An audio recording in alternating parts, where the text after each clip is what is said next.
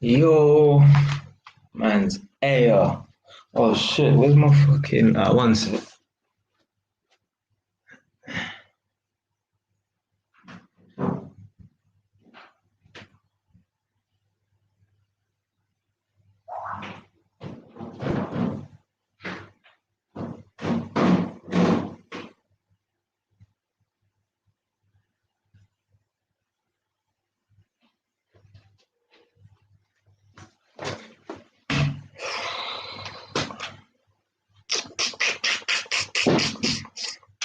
Don't know you first. Come on.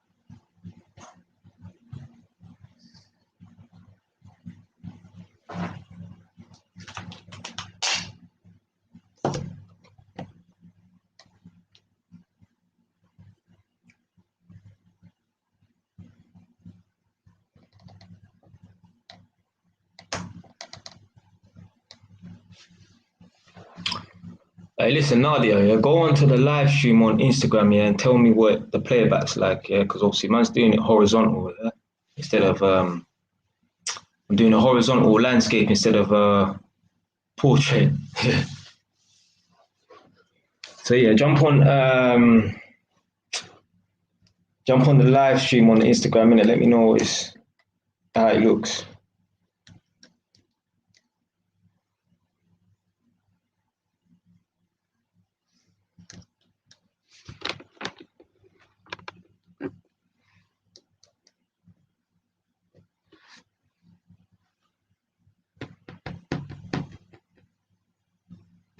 Yeah, but is it awkward if it's so? So what you're saying is it's sideways to you, yeah?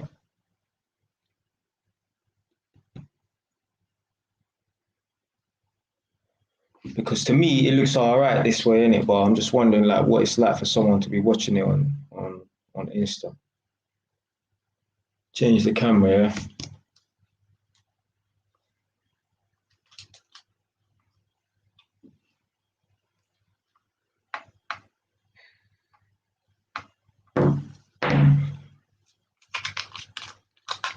I'm gonna rotate.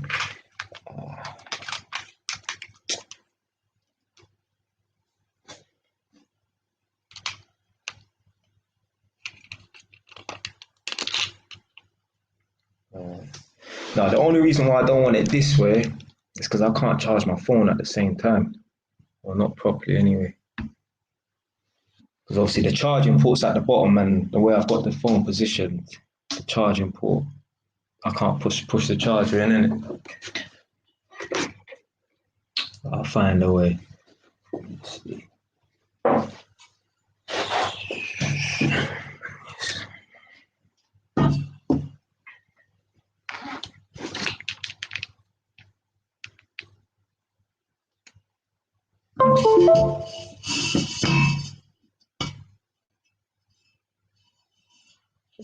Yeah.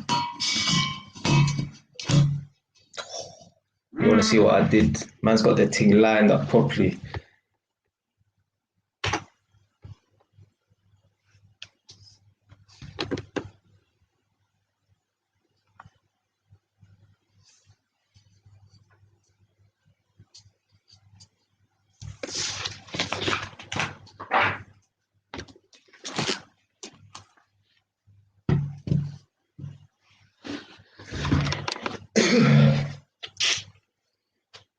What's going on, YouTube? What are you telling me?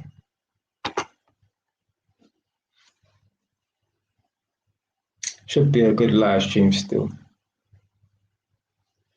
What are you saying? You're gonna go on one on your TV and one on your phone, yeah? So Instagram on your phone and then tube it on your TV, yeah?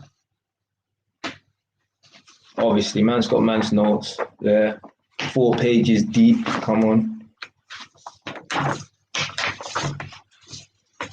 To be fair, if the font was smaller, I could probably, and if the spaces were smaller, I could probably fit it on 2 pages. But yeah.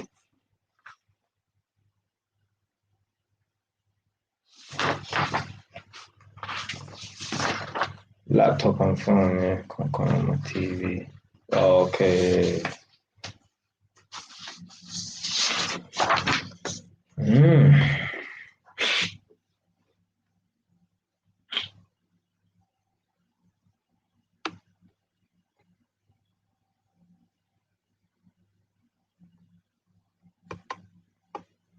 Must have shared one post to Facebook today. There's a 22-year-old white boy. I don't know what area he's from. Probably outside of London, obviously, innit? But 22 now, but when he was 19, he bought his first property and renovated it and that. So the Sun newspaper threw up his thing, published his story, innit? Saying that basically the way he was able to buy a property at 19 and start renovating it was because he cut out partying, i.e. going to the clubs and that, and booze, i.e. no drinking. And let's just throw in drug use as well in that as well, innit? So, you know, like, you probably had about 3,000 people like the comment, like the post, you know, give it a thumbs up on Facebook. There were some other jackasses, they put the laughing emoji face in it. You're like, I don't see what's funny about that in it. Yeah? And then there was a next set of idiots as well. They put angry faces in it. Yeah? So the people them that like it, that did the thumbs up, and there's probably some people them that put a love heart, whatever nonsense emoji on Facebook. They're the supporters of that thing. The people then who put the laughing emoji and the angry one, they're both the same. Yeah, if you put an angry face or a laughing emoji, you're both the same. The laughing emoji and angry face is the same thing. You're a fucking hater. Instead of a man, or because there's be a gal in here as well, instead of a man or a gal looking and hearing a story about a 19-year-old that said, you know what, fuck going out to the clubs, fuck drinking alcohol, fuck doing drugs, let me save my money. Let me invest my money in a property. Whilst I'm living at my mum's yard, my mum and my dad's yard, my parents' yard, let me save my money and invest in a property. You see the people them that get angry at that, they're the ones them who I can guarantee you don't have no property. They're the ones them who is straight haters. Straight up haters. How the fuck are you gonna hate on a man who's 22, who's bought a property at 19, and the property is increased by 60 grand, the work that he done to it? So I think they said something along the lines of he put £20,000 into it, cash, to renovate the property, innit? And it went up by 60 grand straight away, innit? How can you hate on a man for that? How can that make you angry? If you see that post there and you're angry, that angers you, you're a straight up hater. Man, I'm a straight up hater. Guarantee you, most of the people them, 95% of the people them who hated that post or laughed at that post, straight up hater, they don't have no property themselves. Instead of thinking to themselves, you know what dose of David, always in the building, fam. Instead of a man reading that post and thinking to himself, like, how did a man do it? You know, and maybe trying to adopt that lifestyle or whatever, innit? Yeah, no, I'm gonna laugh at it. The laughing is worse, because the laughing emoji is even worse, because at least the angry people are showing that they're angry. The people that are laughing at it, yeah, they're trying to play it off or whatever, innit? They're the worst haters. The worst haters. At least the angry emojis and that, they're people who are showing their feelings, their true colors. The people who are laughing at it, they're the ones, they're the real haters. They're the nasty ones, because they're trying to act like they ain't haters. How can you hate on a man for that? Dosa David, 19 or 20 years old. How old are you, fam? You 20 yet? Or you still 19?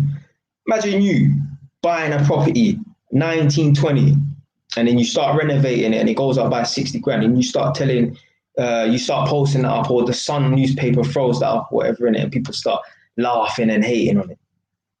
What kind of nonsense is that? Yeah, he's a smart man. Smart man. So basically, his plan is to retire. Yeah, he's 22 now. He's on his third property. Oh, you're 21, yeah, okay. So he's 22 now. He's on his third property, and he plans to retire or have like a not I can't remember what they called it, but it's like almost like semi-retiring, and he's basically trying to put himself in a position where he's like, boy, I work when I want, I work if I want. A bit like me, like he's trying to put himself in. Obviously, we should all try and put ourselves in that position, but yeah, he's pretty much putting himself in that position where he's like, boy, I work if I want, I work when I want. I'm not saying I'm fully in that category yet. Definitely not near retirement, and almost at the point where I'm like, boy, I work if I want, when I want. I'm in a position where I can just stop working for 6 months. It's been done before. Man stopped working for 12 months straight. A man got fired in January 2020. I never done no work until January 2021.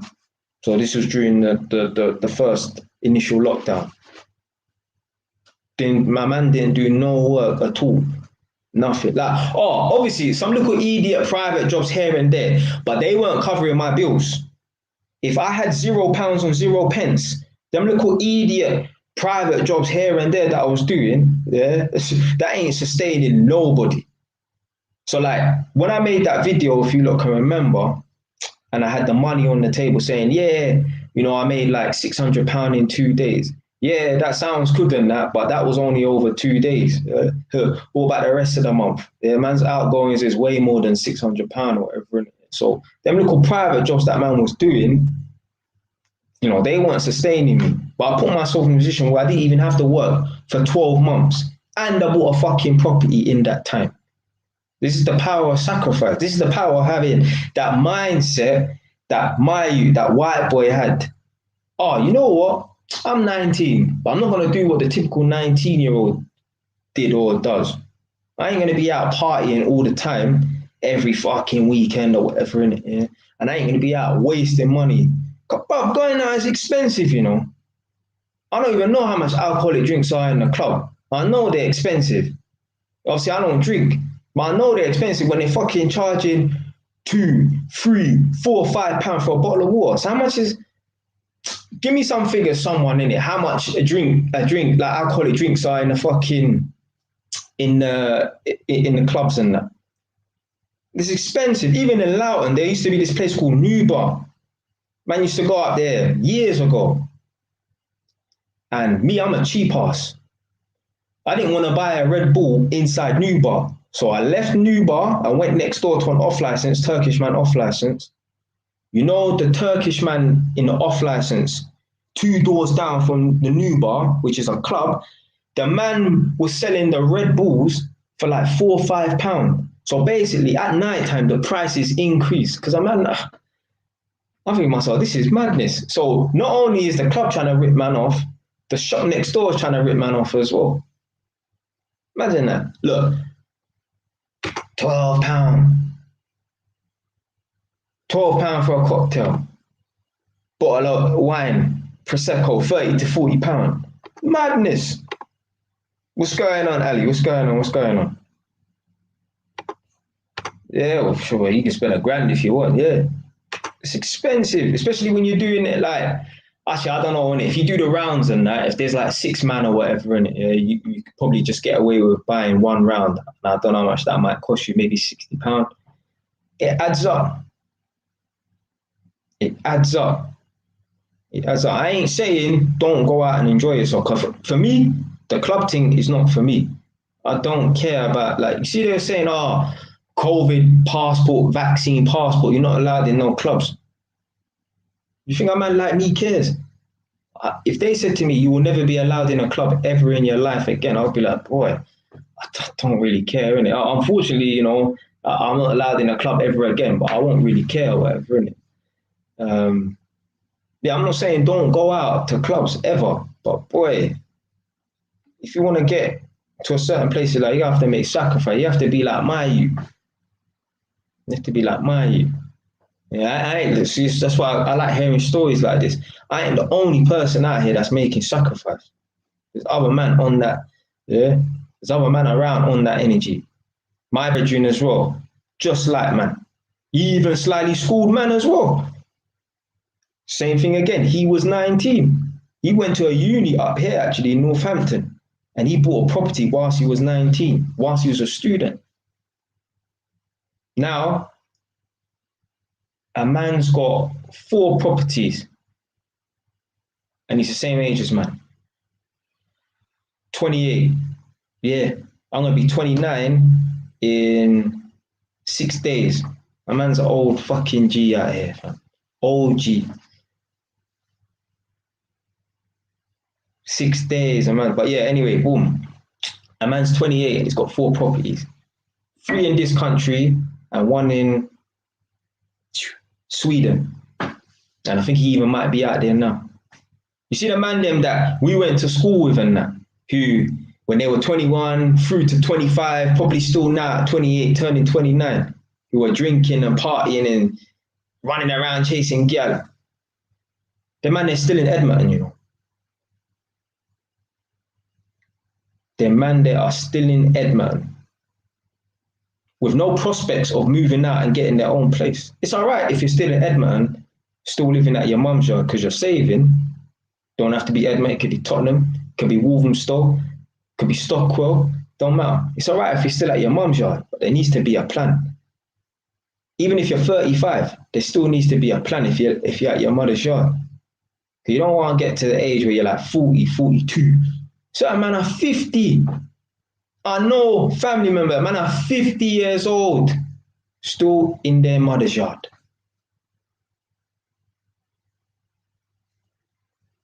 Or worse, at a girl's yard. So if living at your mum's house it's worse to live at a fucking girl's house, under a girl's roof, yeah, than your own mother's yard, isn't it? But that's for our next video. You know, man spoke about that bare times, whatever, innit? So man's turning 19. Listen, save your money. Don't be like these idiots in the club every week, chasing gal. Listen, gal will always be around, you know. Gal will always be around. Girls ain't going nowhere. Like, you're turning 37, about 27. Don't try and take off 10 years of your age, man.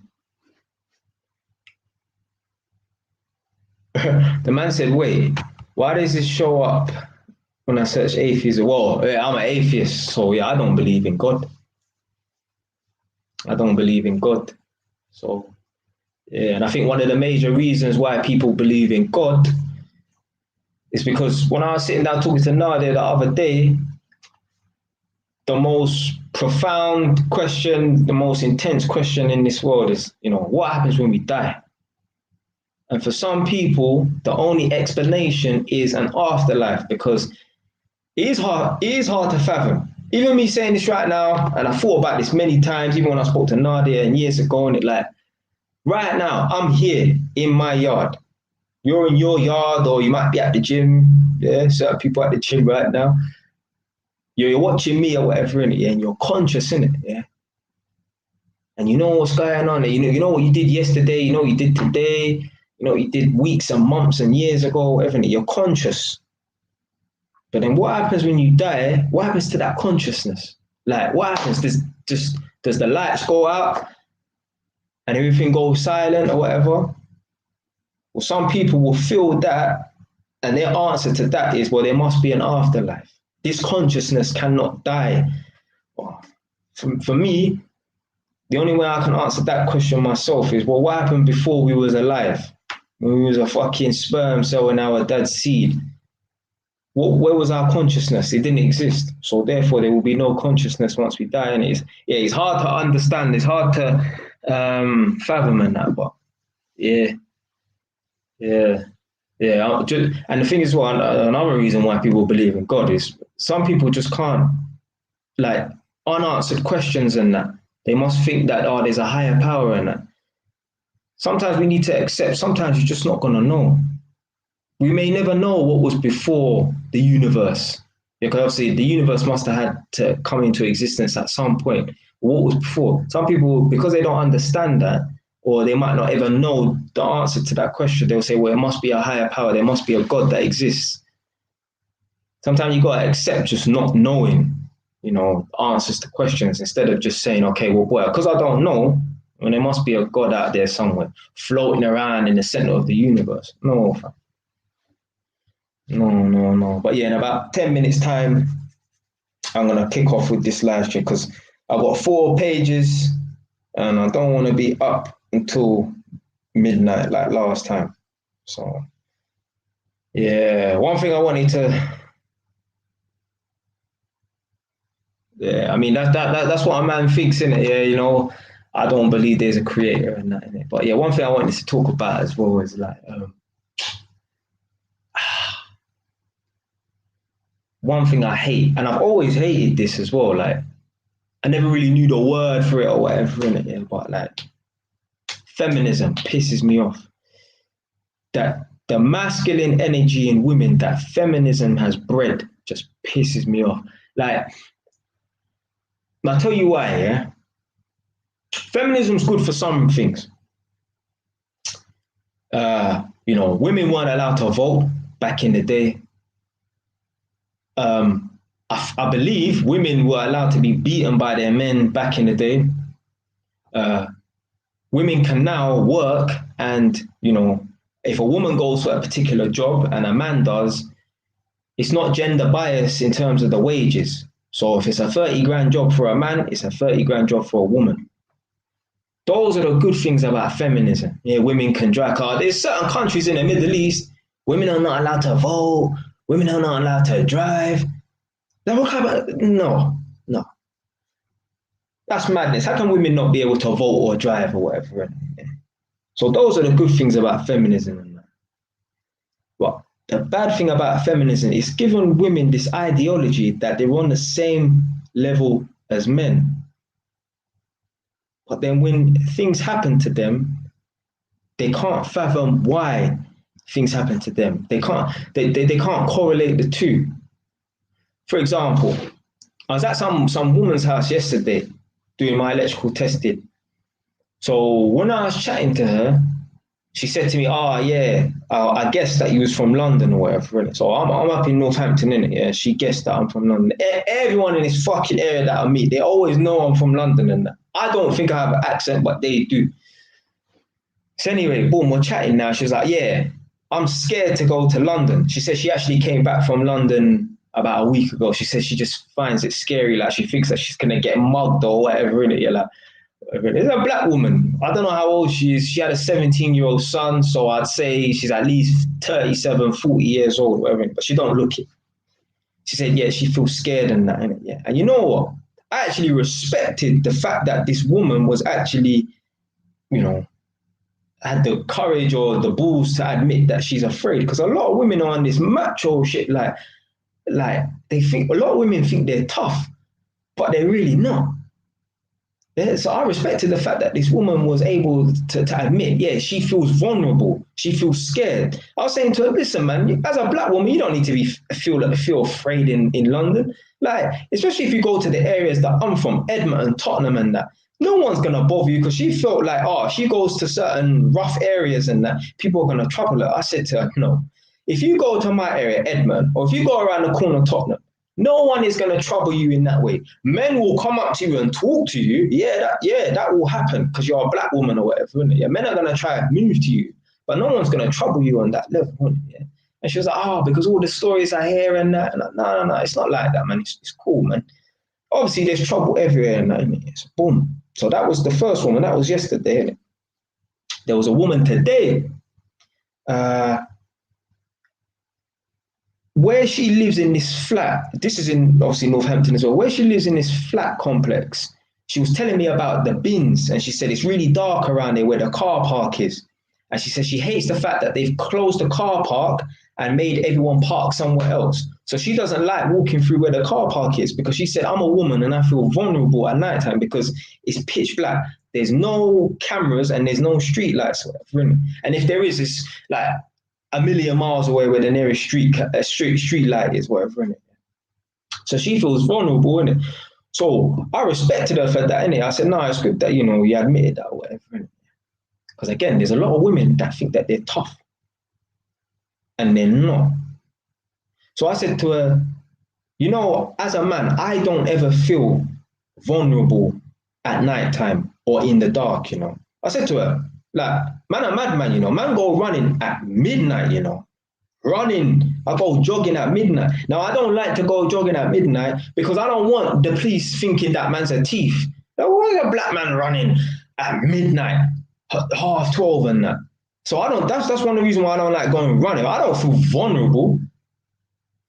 As a woman, you are vulnerable in the night, you know. I was watching one documentary and I've been binge watching it whilst I'm doing my electrical certificates. Because when I come home for work, I've got paperwork to do.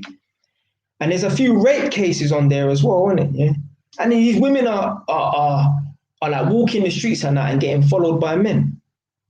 There's been stories in fucking Finsbury Park, woman walking through Finsbury Park at midnight, getting raped and that.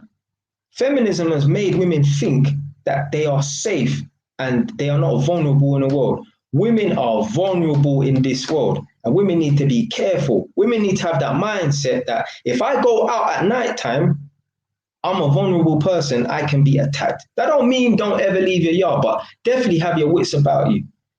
If there's a lit street and that pathway is a lot longer than the shortcut that's dark, take the long route. Even if it's going to take you an extra 20 minutes. If you're on foot, take the long route. No, feminism has taught women, oh, don't worry, go down that dark alleyway where there's hardly any lighting and there's definitely no cameras because you're a woman. You're on the same level as a man. A woman is not on the same level as a man. Until women remember that, women will always become victims at nighttime, you know. Every woman thinks they're on the same level as a man. You're not on the same level as a man. I remember I was at one workplace in West London somewhere. Yeah, right near White City as well. I made a video about this. Go and check it out. One of the early stages of JY's. I'm sitting in my car. So one particular morning, I was walking towards the construction site I was working on. And there was one black youth. And he was just charging down the road. My man's moving with pace when he's walking, innit? Charging down the road. There's some security guards in this little security office thing or whatever, in a little security hut. Anyone that walks and approaches the hut, they want to see your ID. So he's approaching the hut, and really and truly, he should be starting taking out his ID or whatever in it. So they said, morning, can we see your ID or whatever in it? And I heard him say, get out of my face, you don't need to see my ID or whatever in it. And it was like, stop. Some woman tried to stop him. Some little Indian woman tried to stop him. You know what he did? He pushed her out of the way, and then some other guy came, he pushed him out of the way. Then they tried to grab him, and he threw this woman over a barrier. And you see, in situations like that, yeah, women should not be security guards. Women should not take on the roles of men. See, it's all well and good women being security guards when they don't have to be security guards. Yeah? It's all well and good women doing men's jobs when it's time until it's time to be a fucking man. Because what's going to happen is a man will dash a woman over a barrier who's a security guard, and people will say, "Oh, how can he treat that woman like that? That's just a woman." Hold on a minute, you're filling the boots of a fucking man. I'm not saying that even a man should get dashed over a barrier or whatever, or a woman should get dashed over a barrier. What I'm saying is you're putting yourself in a position, yeah, because you as a woman, especially if you're small, you don't even have the size and the strength to compete with a man. What are you doing as a fucking security guard? Now, if a woman wants to be in a control room looking at cameras, that's fine. But a woman cannot be on the front line as a fucking security guard, because when it comes time to do security and do man work, a woman's going to claim, I'm a woman, how can you treat me like that?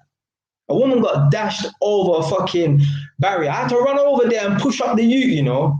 My man made me drop my fucking, my lunch. I remember one of the plates dropped in my fucking bag. Yeah, that's it. They try to say it was man. They try to say it was me. No, because obviously we both walked through the barrier at the same time, innit? And obviously they said, the person was black. So obviously me and him fit the same description or whatever. Innit? Women cannot do jobs that men do. But feminism has taught women that they can. No, they cannot. In certain situations, you do need women on the team. Like, for example, police work. In my opinion, I don't think two police women should ever be riding around together. I think a woman should always be accompanied by a man. Just for simple stuff like hardly any women get stopped and searched.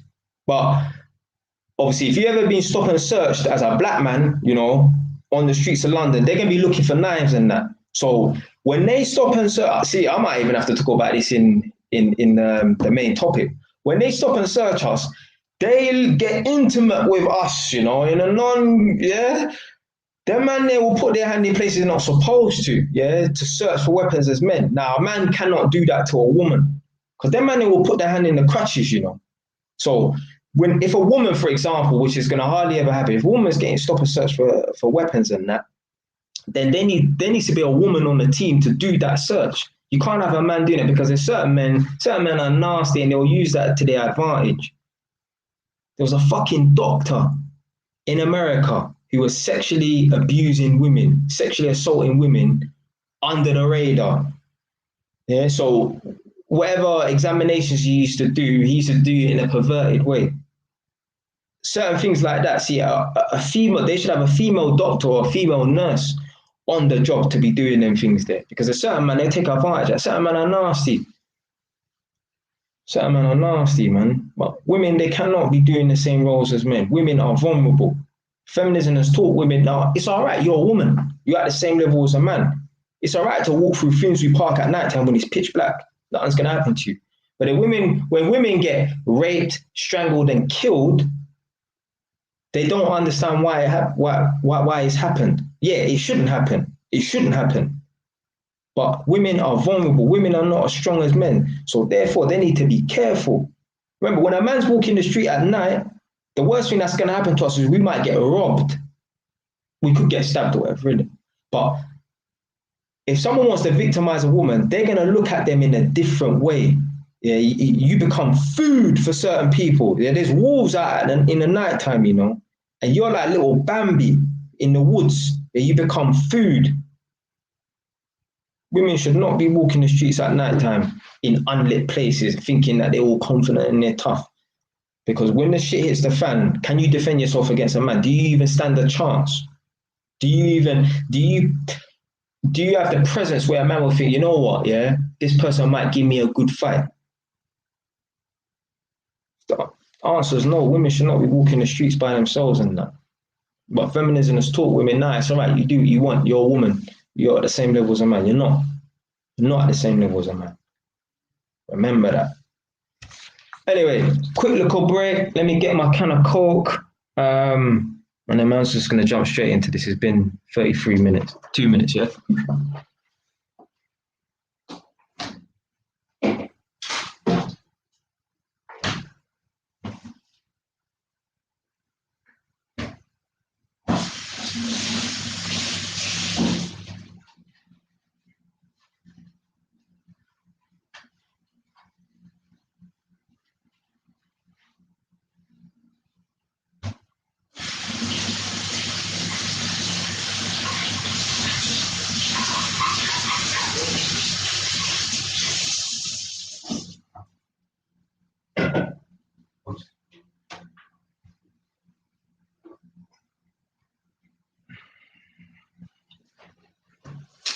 Let's do some work now.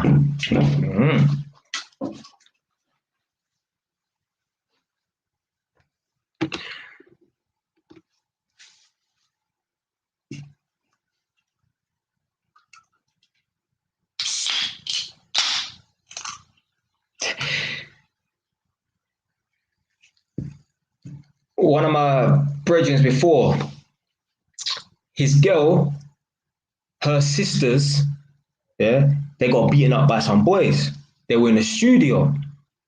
And I don't know what happened, but anyway, there was some youths and they smacked up the girls in the studio or whatever in it, yeah. Stamped them out, stepped on them or whatever in it. You know, in a situation like that, like, because girls know, they play the game. They think they're smart. Sometimes the game works, but sometimes it don't work. Sometimes it backfire, you know. A gal will be running her mouth to man. And This is how women think they're on the same level as a man, yeah? A girl could be running her mouth, and you say to that girl, because a certain man, they just smack girls, they don't care. Innit? Yeah, the girl could be running her mouth, and a man will say, don't run your mouth to me, you are a woman, you are weaker than me. You know, there's some girls that go, what, try and step to a man, you know? But then on the flip side, so a woman will get offended that you're saying you're weaker than me, don't run your mouth, because obviously if shit kicks off, I'm going to win this fight, yeah? There's some girls that will get offended by that. But on the flip side, if a man just smacks a girl who's running her mouth, the girls and other girls and people who are witnessing that will say, well, how can he hit her? She's a girl. Hold on a minute. This is the same girl that will run up her mouth and get offended when you say you're weaker than me. You don't want trouble. You don't want smoke because I'm going to win this battle, whatever. What is it? Is it women cannot run their mouths because if shit hits the fan, they're going to lose? Or are men allowed to just smack women? Pick your poison, man. You need to pick their poison, man. All right, boom. So this is the live stream I wanted to do for a few weeks now, where man had to gather my notes on this. Yeah, so this is the cultural differences between black people and white people. And you never know, YouTube or Instagram, or both of them may lock off this live stream. So in no particular order, innit? Obviously, man's got my list, but I'm just gonna bounce between different topics and that, innit? So yeah, I've got a lot to go through today, innit? But let me start off with this one, and this is the top one as well. Two-facedness. Don't get it twisted. There's a lot of black people who are two-faced. Yeah, they will smile up in your face, but chat shit about you behind your back and that. So not all black people are just straight up front. There's a lot of black people who smile up in your face and then they'll chat shit about you behind your back. But one thing I can guarantee you, 99.9% of black people won't do. And this happened to me the other day from a white man, yeah? White man will smile up in your face, act like everything's cool, say hello to you, you know? And a man will report you behind your back. So I've got my flat around the corner, 15 minutes drive, yeah? I'm renovating the flat. Now I've left rubbish around the back. And you know what? It's an eyesore and it don't look nice. But you know what? At the end of the day, it's not a health hazard. The rubbish has been there for months, 5 months.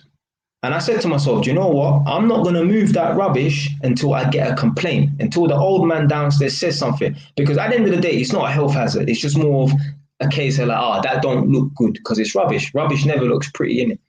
So I said to myself, I'm not going to move that rubbish and deal with it until someone makes a complaint. Unless obviously I finish the project first or whatever. So boom. There's this old, it's called a masonette, yeah? It's where there was one house before and it's now been split. There's a top floor flat and a ground floor flat. I've got the top floor flat and there's a white man that lives at the bottom.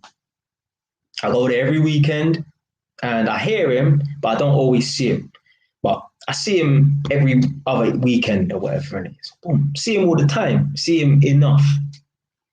See him enough times for him to say something. Boom. I was there last weekend. I was there Friday night. I was there Saturday and I was there Sunday. I see him 2 out of the 3 days. My man said hello to me. You right, kid? Old man. Yeah. My man's all pushing 70, 75. You right there, chap? Whatever, innit? Yeah. Cool.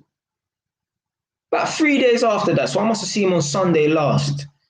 3 days later, I get a report from the council about the rubbish outside and the old man downstairs complaining. I'm like, what? I'm like, hold on a minute. I've seen this man consecutively weeks, months on end, and the man hasn't said nothing to me. Not even a word. Like, this is the thing, yeah? So hold on a minute. You got the opportunity. So hold on a minute. You don't mind saying hello to me. It's all right to say hello to me, but you don't want to confront me about some issue that you have. See, this is the thing about white people. Some of them will smile up in your face and then report you behind your back. Black people don't do that. We don't report people. Obviously, there's a few people that do that. Yeah. But no, the majority, no. We don't report people. We're more upfront. If we got a problem, we're gonna fucking tell you, even in a non-aggressive manner. In a non-aggressive manner, we got a problem. We're gonna say something. We ain't gonna smile up in your face and report you. So anyway, I had to go and pull him up. I said to him, blood, why didn't you? Well, I didn't call him blood, but I said to him, why did you not say something to me? I saw you 3 days ago. He said, oh, because you ain't gonna move the rubbish or everything. I'm like, hold on a minute. As a man, you're supposed to have that conversation with me. Don't go behind my back and report me when you can say something. Now, obviously, if I'm away and you only see me once a month or something, then yeah, cool. But you see me here every fucking weekend. If you don't see me, you hear me working upstairs, dropping stuff, running down the stairs. You hear me because I hear you. So for you to go behind my back and report me to the council, you're a dickhead. You're a dickhead. Black man don't do that. A white man would do that. A white man will smile up in your face, but then report you behind your back. A man will say hello to you. Hold on a minute. How can you say hello to a man, but then report him behind his back over something so trivial? What is it? Is it this person is friendly enough for you to say hello to, but too scary for you to confront them, or just dumbness, man, dumbness. So yeah, the two-facedness. Black people, if we got a problem with you, more than likely we're gonna tell you. White man, they'll smile up in your face and act like everything's cool, and then they'll report you behind your back. Man, see it at workplaces and that. Man will chat to man and act like they're cool with man, and then go behind their back and report them to a manager. Hold on a minute. Why don't you just discuss your or voice your opinion with this person if you had a problem with them? Nah, I'd rather go to my manager and report him. So yeah, man, it's a two-facedness. Don't worry. I ain't gonna be attacking white people on this, but these are just cultural observations that man's seen over the years. And yeah, obviously I happened to be the other day. And so yeah, a black person, if they got a problem with you, more than likely they're gonna say it, or at the end of the day, you're gonna feel that they don't like you. Yeah, we're more upfront. You're gonna feel that we don't like you. We're not gonna smile up in your face and act like things are cool and then go and report you to the fucking council. Nah, that's not our style, man. We will say something. We'll say something. If we ain't gonna say nothing, then we ain't gonna still smile up in your face and act like we're cool. I would never do that. Act like I'm cool with someone, say hello to someone, and then report them to the council. Nah. So yeah, man, the two-facedness is mad. All right, so that's done. Next one. What we got on the list?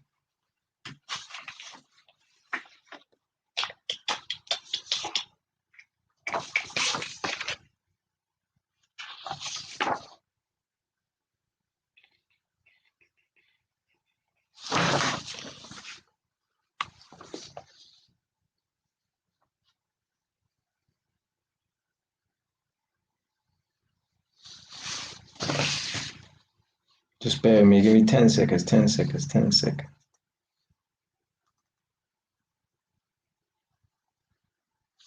I'll go with this one then.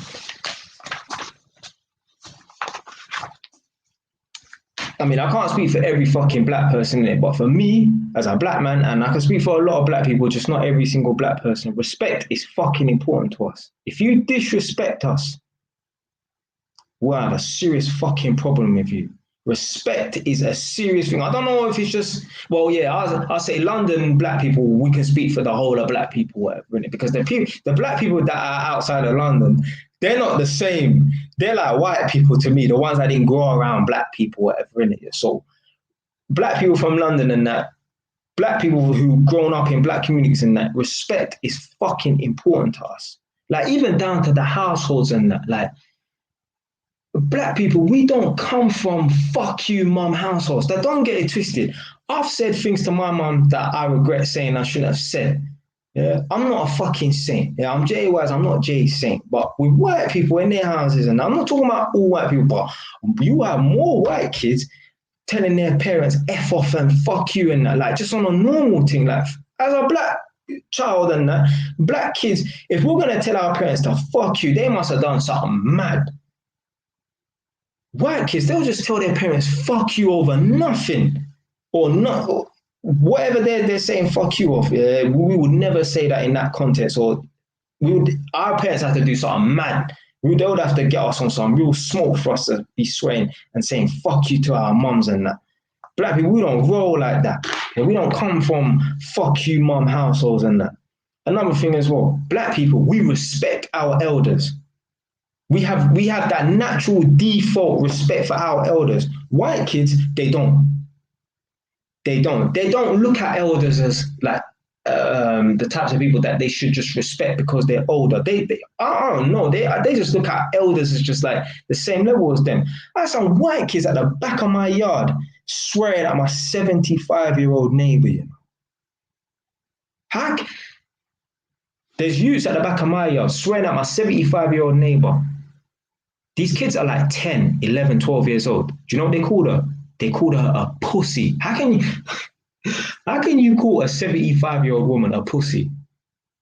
Is she supposed to be a bad man or something like that? White youths don't have no respect for their elders and that. Like, even like, where did I put down? I think it was something at work. At work. You see, when I was, one time I was an electrical tester on a construction site, or whatever, innit? And I had an older black man working with me. So I'm the electrical tester and he's the electrician. So technically, you know, he's helping me. I tell him what to do, obviously in a respectful manner, or whatever. Innit? Me, I deal with him like he's still a big man to me. Because I remember, a man's 27 at the time. This guy is old enough to be my dad, technically even older than my mum a little bit. Yeah? I'm not going to deal with him like he's beneath me. I don't give a fuck if I'm his boss. Like, I've had man working for me and like I'm the supervisor and that. And I've had man, you know, who's my workers and that. I've had men who are older than me, like 60 years old. I treat them with respect. I show them, yeah, even though I'm the supervisor and that, you're still a big man. That don't mean you can disrespect me. No one can disrespect me. Yeah? But I'm still going to deal with you like you're a bigger man. Yeah, I'm not going to talk to you like you're no fucking idiot. So white people, on the other hand, if they're the manager and that, they talk to their elders, even if the elders are beneath them in the hierarchy, like, they talk to them like they're fucking dickheads. Nah, black people, we don't do that. We naturally have a default respect for our elders, whether we're in positions of authority or not. Now, obviously, you're going to get some outliers who are black who are fucking dickheads and they talk to the older black people like they're pieces of shit and that. But most black people, from young, we've always been taught from day one to respect our elders. Why you say they ain't taught like that? Had man on my team and I still deal with them like they're a bigger man. Still deal with them like they're a bigger man. Because outside of this stupid workplace, you're a grown-ass man to me. Yeah, you get me, your man's mum, you're my mum's age, you're my dad's age. Why am I going to talk to you like you're a damn idiot just because I'm your boss? I'm this, nah, man, nah. So white people, they ain't got no respect. They don't understand respect the same way we do. Like we could be out in public, yeah. Like a white person could be out in public and a white man's mum could be with him or whatever, innit? And they could get into some road rage, like over just something dumb, like some parking space in Tesco or something like that. And someone will jump out their car and tell a white youth's mum that's with him, shut up or whatever, innit? Yeah. And a man will just want to argue, but don't tell mum shut up. Blood, as a fucking black man, you tell our mums, shut up, we will kill you, blood, or we will want to kill you. God forbid a man told my mum, shut up in front of me. God forbid that happened. Yeah, that's what man said. There's even been a situation like, my mum was in Asda one time, innit? Yeah, this is in Edmonton, innit? Yeah? And I can't remember what happened. This was years ago, innit? This is when I was back down there, innit? Yeah? And my mum said that she got into a little argument with someone, and they were talking like whatever, innit? It wasn't just like an argument. They were talking like, I don't know, because I wasn't there, innit? But all I remember is my mum said that they were talking a bit too greasy, whatever, innit? And my mum knew I was at home, or at least in the local area. And my mum said she was going to phone me, but she said, you know what? For your sake, that's what she said in her head. I'm not even going to call my son. Or I don't know. I think she might have even said that. I don't know. I remember her telling me, she's like, you know what, Jay? I didn't even want to phone you because I know what you're gonna come and do. Now don't get twisted, man. I ain't gonna come and pull out or nothing like that. But yeah, there's gonna be some swinging going on. A white man, like, if his mom's in an argument or whatever, innit, yeah, a man will just argue. No, there's no arguing. If a man tell my mom, shut up, I'm gonna bang you in your mouth, innit, yeah. That is it. End of story. You're lucky you're gonna get that. Black people, you disrespect our mum, we wanna fucking kill you. We wanna fucking kill you. White people, they don't have that about them or whatever, innit? Respect don't really mean much to them. And you know what? There's people that I know who have observed that, like, non-black people say, yeah, black people, you lot are more sensitive to stuff. No, we're not more sensitive to stuff. We don't take disrespect lightly. That's the difference. White people, you can disrespect white people and they just take it on the chin. Nah, black people, you disrespect us, we want to fight you, innit? That's it, end of story. If you're from the street as well, innit? Yeah, end of story, innit? We want to fight you. Any disrespect, we want to bang you in your mouth, innit? Yeah. That's it. That's it. White people, they just take disrespect on the chin. Oh yeah, you punch me in my face, innit? Yeah, that's nothing, innit? Yeah, nah. So yeah, that's about it for the respect thing. Black people, we take respect seriously. You disrespect our mum. I'm not even talking about on a mad level. Like, you tell our mum, shut up, we want to fucking kill you, blood. We will literally want to fucking kill you. White people, you tell a man's mum, shut up, like, I even got into a situation with some gypsy guy. My mum went out of my mum left the yard. This is when I was living at the yard. I was 19 years ago. Yeah, about 8 years ago, whatever, when I was 19. 9 years ago, almost 10. Some guy was outside my yard, not for me, but on my road. And there's one prostitute that lived 2 doors down. This is what a man grew up around, prostitutes living 2 doors down, beeping at like 11 o'clock, 12 o'clock at night. Sam, come outside, boom, boom, boom, beeping. My mom's gone out there to tell him to basically like be quiet politely, whatever, innit? And a man has said, I'm Jitty fucking Bobby, I'll make up as much noise as I want. When I heard that, like, a man didn't tell my mom to shut up or nothing like that. But my mom has gone to speak to you. And your response is, I'm Gypsy effing this, I'll do what I want. The next day, I chased him in his fucking van. Then he spun the van around and he tried to run me over, Well, a man will kick off beef over that. Well, if my mum's talking to you, you best talk properly. Don't be using no swear words around my mum. It's going to be a situation. I'll come and find you.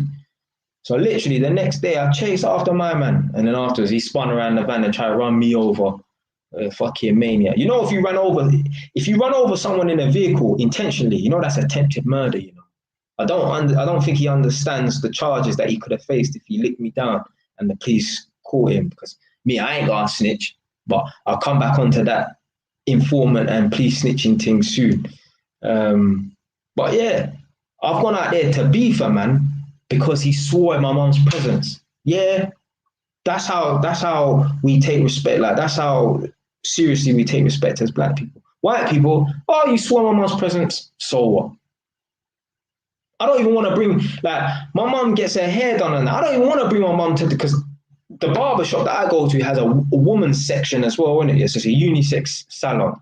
So the men then get their hair cut and the women get their hair done. I don't even want to bring my mum into the barber shop for her to whatever in it. Because I don't want man chatting this and swearing in front of my mum. Because if I tell a man to stop swearing in front of mum and he swears again and it happens again, well, I'm just going to turn it into something, in it. So, nah. Man, respect my mum's presence and that. White people, you swear in front of their mum, talk about pussy and vagina and that, they don't care. Me, if a man's talking some mad talk in front of my mum, not to my mum, obviously, but in front of my mum, that's a drama right there. White people don't think like that. Oh, it's all right, nothing. Nah, that's a thing.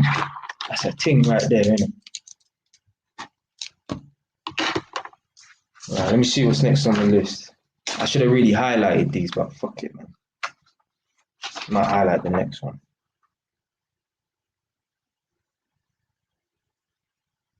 Right, money. I might as well. Let me highlight this one. Money.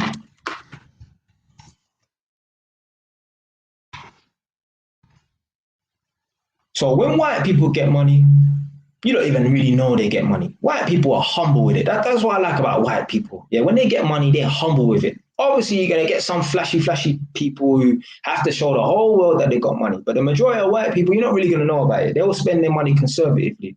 You give a white person £1 million, yeah, they'll take little holidays here and there. They might get the car that they wanted within reason. So they're not going to get a Ferrari, but they'll get the little Mercedes that they want within reason. And they'll buy a few properties.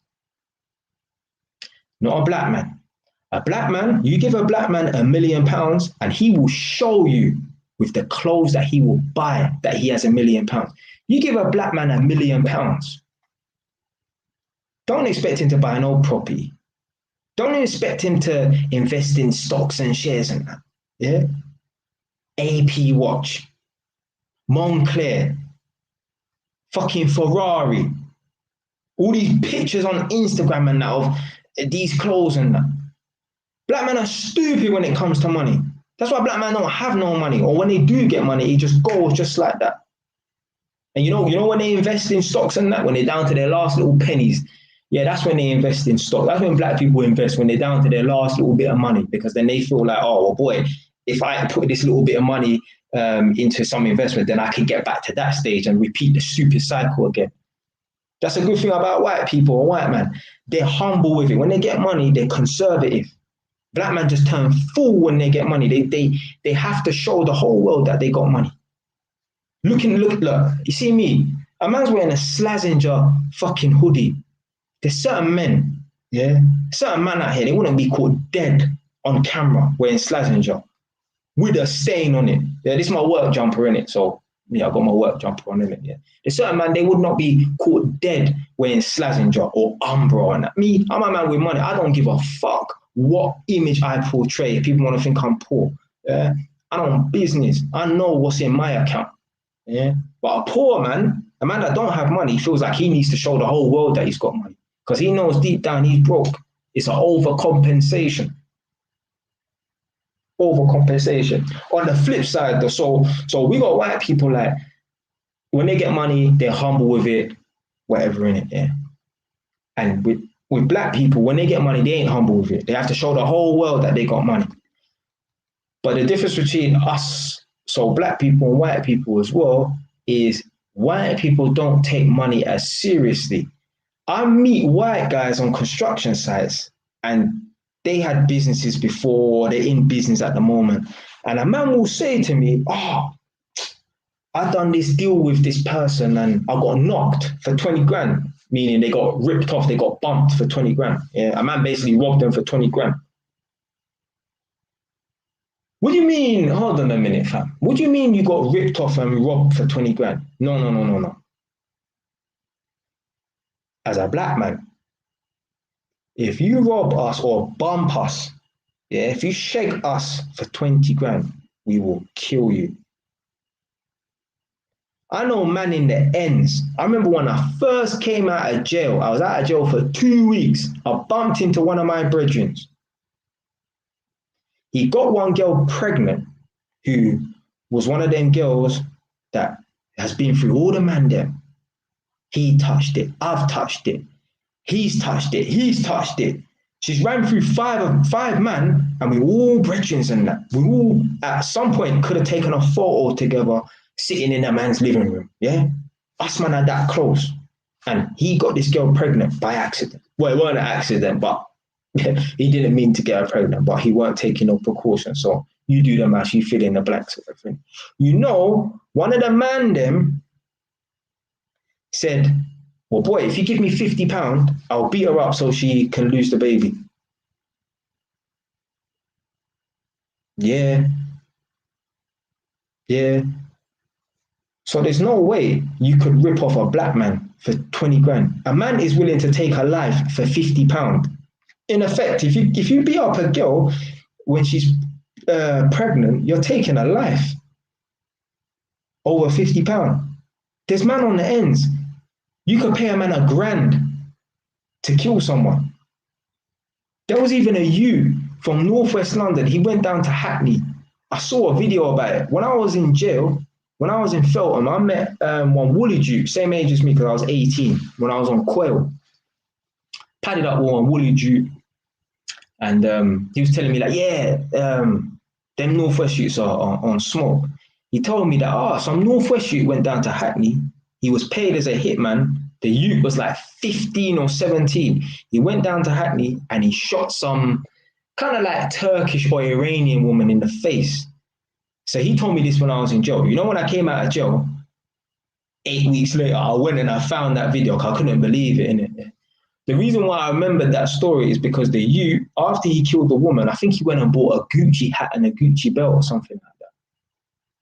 The man got paid, the youth got paid like £500 to kill someone. So there's no way you could rip off a black man for 20 grand. You're dead meat, blood. You're a dead man walking. White people, when they get ripped off of 20, 30 grand from builders and that, they just take it on their chin. No, a man's coming for you, fam. A man's coming for you, fam. Because in a man's mind, boy, you ripped me off for 20 grand. I could have had an AP on my fucking wrist. Yeah? And you're going to walk away with my money. No, a man's coming for you. A man's coming for you. So, yeah. White people, when the good thing about white people is when they get money, they save it, they're conservative with it. But on the flip side, they're just nonchalant about money. They don't really care. Like, I just got ripped off for 10 grand and that. But you rip off a road man for 10 grand, you will be in a fucking grave. You are dead. You are dead meat. You are dead meat. On the ends, you can't rip someone off for 10 grand. They will kill you. White person, you can rip them off for 10 grand and they'll just take it on the chin. Probably try and summon you to small claims court. What? Man are going to try to summon you to the court of my gun, blood. About rip me off. Not me, I ain't promoting no gun violence. I'm just saying, yeah. I'm just saying, that's how a man will react, yeah. But a man will try and take your life for 10 grand, 20 grand, 50 grand. Man's hearing some mad stories from these people, you know, getting ripped off for 20, 30 grand. And what, the person's still alive, blood? You know, boy. Mm-mm. Anyway, that's the money thing over. To be fair, I might actually be able to get through this quite quickly still. Right. Boom, boom, boom, boom, boom. I'll do this one next. So, as you lot know already, if you've seen my video, the DNA Ancestry test that I've done, when I done the test, so I bought the test, this was back when I was living in Edmonton. In my head, I'm still in Edmonton, yeah. I'm in Northampton, but this house is Edmonton, yeah? Let's get this thing clear. I'm in Edmonton, yeah, technically, in my head. Anyway, so yeah, I done the DNA Ancestry test. So when it came up, 40% Nigerian, and then all these little bits and pieces, 7% Chinese, a little bit of white in me or whatever. You know? And the other day I was thinking about this, and I don't know if it was a coincidence. I was at one of my tenants' houses who's a white man. He was on the phone to someone. And I was thinking to myself, do you know what? As a black man, and ask yourself this question right now, if you are black watching this, do you know who your great, great, great grandma or grandfather is? Because I don't. As black people, we do not know who our third great grandma is or our third grandma, i.e., we don't know who our great, great, great grandma is. I don't. I know who my grandma is, I know who my great grandma is, and that's it. I know who my granddad is. Obviously, different sides of the family and shit, but put it this way, I only know up until my great granddad. That's it. White people, they can trace their ancestry back to the 1200s, some of them. I was at this white man's house the other day, and he's on the phone to someone. So anyway, I'm walking around the house with his son's showing me around the house, and I overhear his dad talking on the phone. So when the dad came off the phone, I was like, do you know what? It's amazing that you can trace back your family to the 1200s, he said. He said, yeah, his family's originally from Yorkshire, up north of England. White black people, we cannot do that. We cannot trace our family back past 3-4 generations. Maybe some African people, maybe if they're lucky. But as Caribbeans, Jamaicans, we can't do that. We can't do that. And obviously, it's due to slavery, unfortunately. That's probably why we cannot trace our ancestry back. But at the end of the day, it is what it is, isn't it? Yeah. I would love to know who my great, great, great, great, great grandfather is or grandma is. I want to know whose bloodline I descend straight from. Now, fortunately, due to social media and obviously me being from Britain and I'm on birth records and that, my great grandchildren will know who I am. Yeah, because obviously, maybe because of YouTube, maybe because of my book, maybe just a coincidence because obviously I'm on the birth records and DNA ancestry and that. But luckily, they all know who I am. But I don't know who my fifth generation, sixth generation, 10th generation great granddad is. I don't know. That's the worst thing about, that's one of the bad things about slavery and that. Obviously, there's worse. Obviously, what happened to the people then. But that's one of the bad things about slavery. We just can't trace our ancestry back because obviously we were taken from somewhere and dumped on an island or dumped in America or whatever in it, or in Brazil or whatever in it, and then just got lost in translation, man. So white people, they imagine that we're in the year 2020, and a man can trace his ancestry back 800 years. You can get 4 generations per century, So in 100 years, you can get 4 generations. You can have a mum, she can have a daughter, then her daughter can have a daughter, and then her daughter's daughter can have a daughter, and that. My neighbor, she is a great grandma, and she's only 75. So what's that? That's like 3-4 generations there, whatever, innit? So with black people, we can't trace our ancestry back past about 3 generations. White people, they can. Yeah, white people, they can.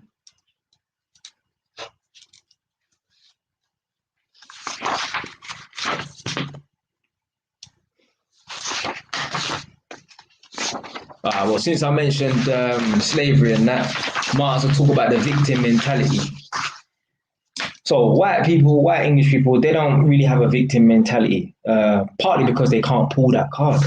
Black people, we have a victim mentality and we use it and abuse it. It's an excuse for failure. Let me tell you something right now. You're a black person watching this in the UK or America. I don't know about other parts of the world, but if you're in the UK or America, there's opportunities for you. Go and fucking find it. This is why I jumped on YouTube, to write my book. I've almost finished reading it. I got about 70 pages left to read. And then it will be officially out, ready for people to buy. If you're a black person, you can make it. You can make it out of the ends, but it starts with wanting to get out of the ends. Stop using the government and slavery and the police as an excuse for failure. Yeah, you control your own fucking destiny. Yeah, I'm the fucking proof. That's why man jumped on YouTube to show people that, you know what, you can come from the streets and that. Because I mean, certain people won't really buy my story if I was just like some nerdy guy and hadn't lived that lifestyle. My man lived that lifestyle. A man can't tell me, oh, you can't get out of the game, fam. You can. A man just don't want to get out of the game. Yeah, it's so easy. Just move area and cut contact with your people, them that you used to move with. That's it.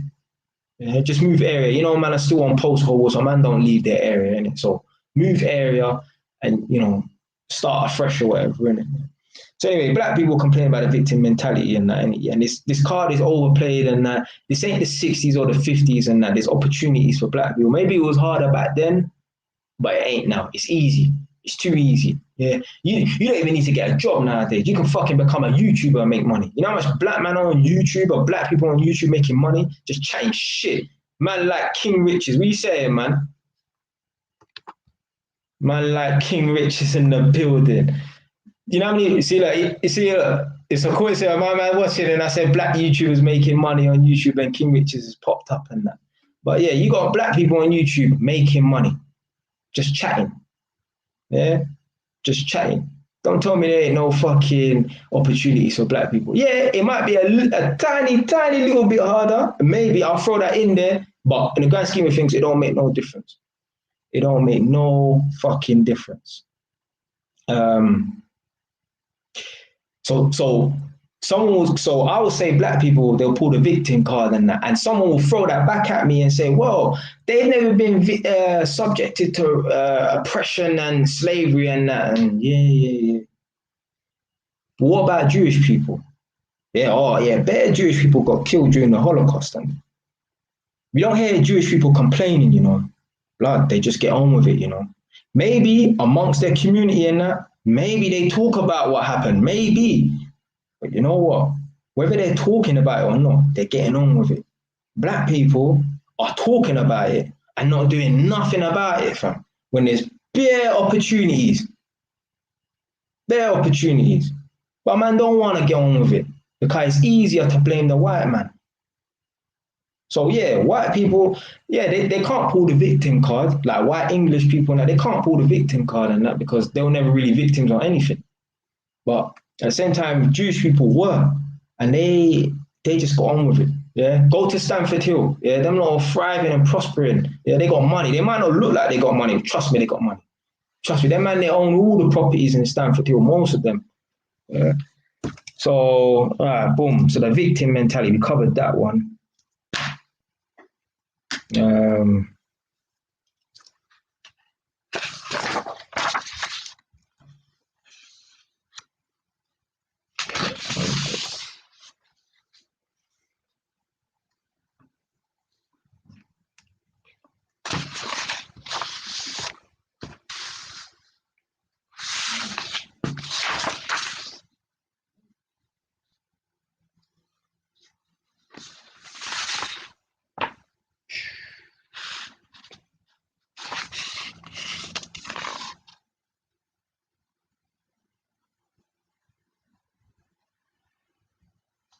Fuck it.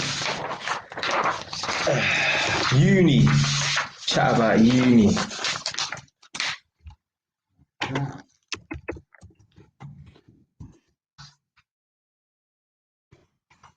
In my opinion, white youths that go to uni, obviously there's going to be some that go to fuck about. Yeah, there's always going to be some that go to fuck about. But white youths go to uni to learn. Black youths, the majority of them, when they go to uni, it's just something to do. Do you know why they're going to uni? Their whole focus and sole being of going to uni is for freshers jam. I've had cousins, younger girl cousins say to me, I want to go to uni. I want to rave it down. So you're not going to uni to learn, you know. The girl don't want, these youths out here, they don't want to go to uni to learn. Yeah? They want to go to uni to party and meet other people just like them. And this is how I know they don't want to fucking learn, because they're from London, yeah? How many mediocre universities? So they will go to DMU, which is in Coventry or Leicester. In my opinion, someone correct me, that's a mediocre university. That is no better than London Met or London South Bank. But you're from North London or South London. Why are you going to go to a mediocre university way up? That's further than me, and I'm fucking far away. You're going to go way up to go to a mediocre university when you can live at your mother's yard or your dad's yard and travel to and from and commute. They're going to fuck about. You got black youths in uni trapping, blood. A man's trapping, you know. How you going to uni and you're selling drugs? You just know a man's in uni and a man's selling drugs. You just know where he won't end up. You know where he won't end up. Well, you can guess where he might end up. He might end up in jail. Yeah. Man, I ain't saying man getting caught with fake notes, like, you know, like fake money and that. Man are getting caught with fake money in uni. What? Police are licking off man's door because he's getting caught with fake money in uni. Man are doing fraud in uni. When white youths go to uni, I will assume that they go to uni to learn. Some will go to fuck about. Yeah, I get it. Yeah, you're always going to get some idiots that will go to fuck about, or just go for the sake of going. But black youths, most of them just go because it's just something to do. That's it.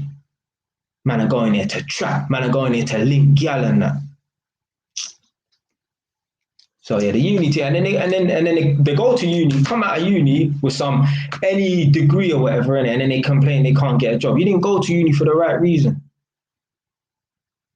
See, look, my man saying that one of his guys.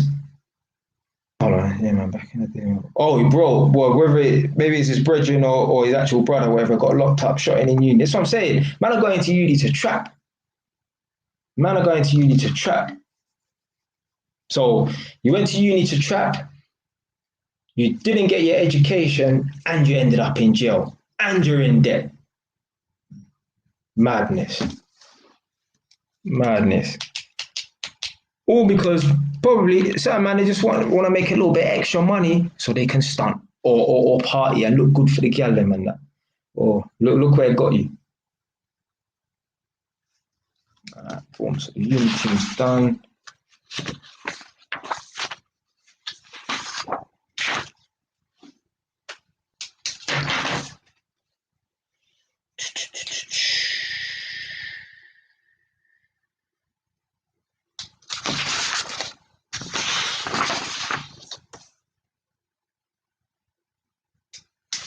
I'll do this one. This one might be a bit funny still.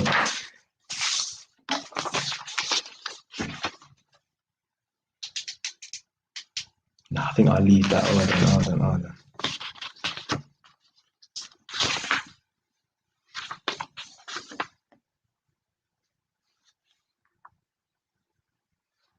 I'll do this one. So we was talking about gal just now, innit? So sexuality, yeah? Black man, we're straight, we like gal, we fuck gal. We don't cross the line between being straight and acting like a homosexual. We don't do that shit.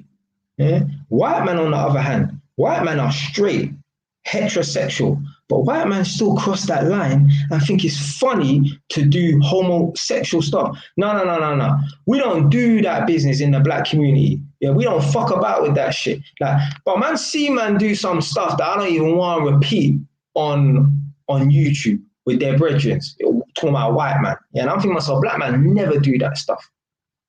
Black man never do that stuff. Like, how the fuck can man be doing? I don't want to say it, man. But nah, like even and this is how you know certain black men even roll with white man and grow up with white man. Yeah, when I was watching, when Nadia was at my yard, yeah, she was watching Love Island. I don't watch Love Island. Yeah, she was watching it, and obviously I'm in the room, so it's on. I'm doing whatever I'm doing. So obviously I'm watching the TV, and it's like, boom. And there's certain black youths that were on Love Island, and they're doing some mad shit like touching man's ass and that. And I can tell that the fact that these black youths are touching other man's ass, I know they grow up around a lot of white men, because black men don't do that. Black men don't touch other man's ass. That is a white man thing, you know, like kissing man and bromance and that. But we don't fuck with that shit. Black man, we are straight and that is it. There's no crossing the line, none of that shit, yeah? We don't do that shit. We don't find that funny. I see it at work, see it on the street, on TV, and I know that is a white man thing. Any black man that you see doing all that nonsense and that, them man, they hang around with white man. How you got a black man on TV fucking touching man's ass and that? You're giving us a bad fucking reputation, blood. Don't be doing that shit. Black man touching man's ass and that on TV. Don't do that, blood. Leave that to them man there. Yeah, we don't do that. Making us look like some idiots. So yeah, bromance and that was a white invention. Yeah, black man did not invent that bromance nonsense and all that. We don't fuck with that shit. Giving us a bad reputation. Man, are touching man's ass on TV. What kind of nonsense is that? When I saw that, I just knew, yeah, these youths are not from the ends. They didn't grow up around man. Yeah, they grew up around white youths. They're from Kent and these funky kind of places, and yeah, they didn't grow up around real man. Because real man don't act like that. Yeah. Real man don't act like that. Okay, the next one. I ain't been writing these down.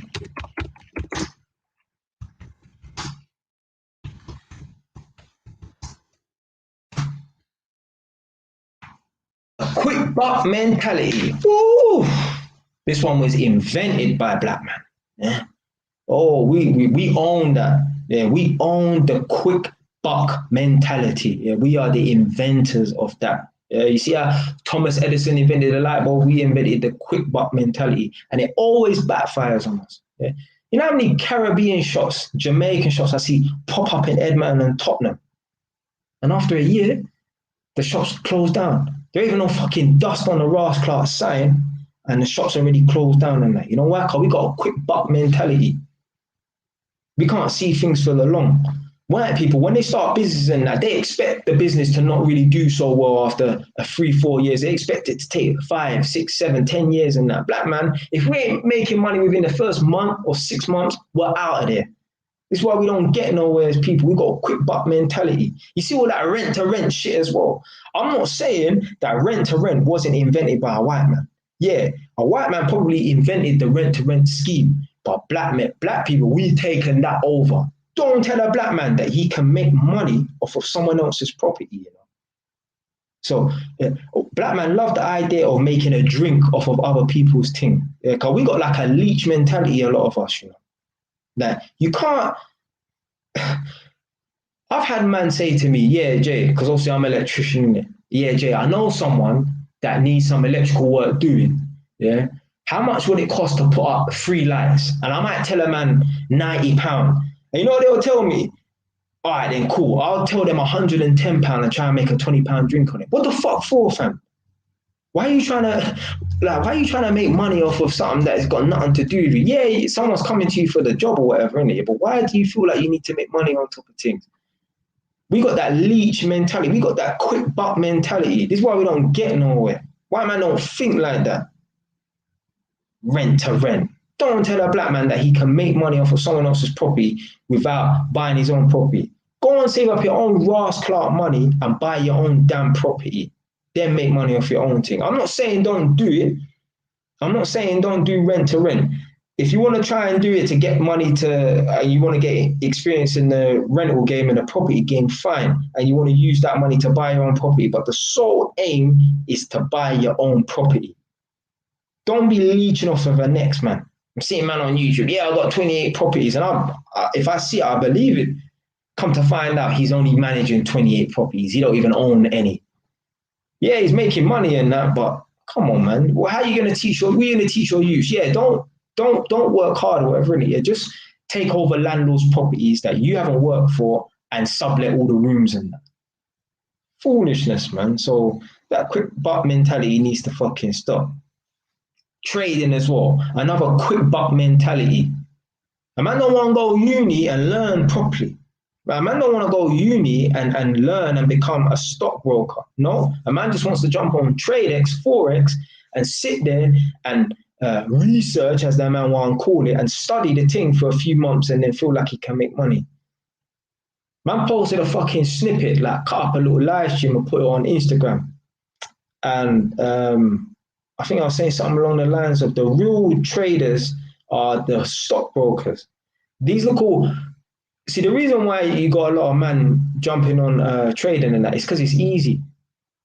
A lot of roadmen say, okay, you know what, I want to stop trapping, but I don't want to get a trade. I don't want to get a skill. So what I'm going to do is I'm going to start trading because I'm too fucking lazy to get a trade or a skill or an education. I'm too lazy to go to uni. So you know what I'm going to do? I'm going to start trading because I know I can make money off that if I put in enough research and study the thing. But you know what? Them man, they don't last long, you know. I guarantee you, them stockbrokers and that, them high flyers in the city that wear suits to work, them man, they'll be around a lot longer than these man that just come off the ends and they want to start trading and that. These people actually get up and go to work in a suit. These men who are trading, you know what their suit is? Their suit is their boxer shorts. Them man, they're in their PJs on a laptop, thinking that they're really getting somewhere in life because they're making a bit of money off of trading and that. What they say, what comes fast goes fast. So any little bit of money that comes fast, you ain't going to appreciate because you ain't even work for it like that. Yeah, you might have put in a couple of months studying and that, studying the thing hard, but you're not going to appreciate the money. You ain't work for it, man. Man are lazy. Man don't want to go and become an electrician or mechanic. No, because I have to do an apprenticeship on a shit wage for a little bit. I have to, take orders from someone. No, I'd rather be my own boss. I'd rather be my own boss. I'd rather trade. You ain't going to last long, man. You're not going to last long, man. You're fade out. So, yeah, man. I'm not with that quick buck mentality. Me, I don't expect things to just happen overnight. Nah, fam.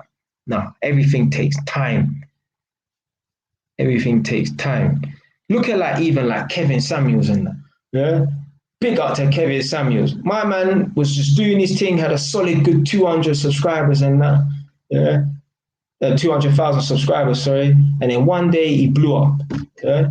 If he had given up at any moment before then, he would not be where he is today. Now, obviously, having 200,000 subscribers is good anyway.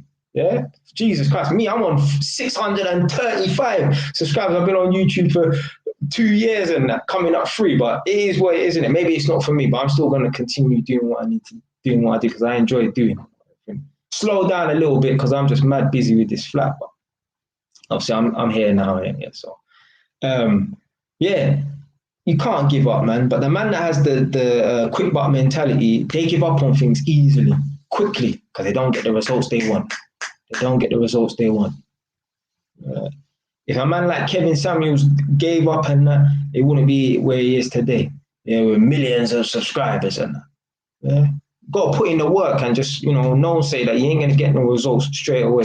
Life, yeah, life is a fucking marathon, not a sprint. You got people who go to the gym and they're trying to lose some mad weight in 2-3 weeks. So what they're gonna do is they're gonna go to the gym like a maniac, 4 times a day, 8 days a week, yeah, for 3 months or whatever. And you just go and burn out, starve themselves as well. Water diet where they're just drinking water, no food or whatever, and expecting to get the same results. Well, I mean, expected to get any results at all. So,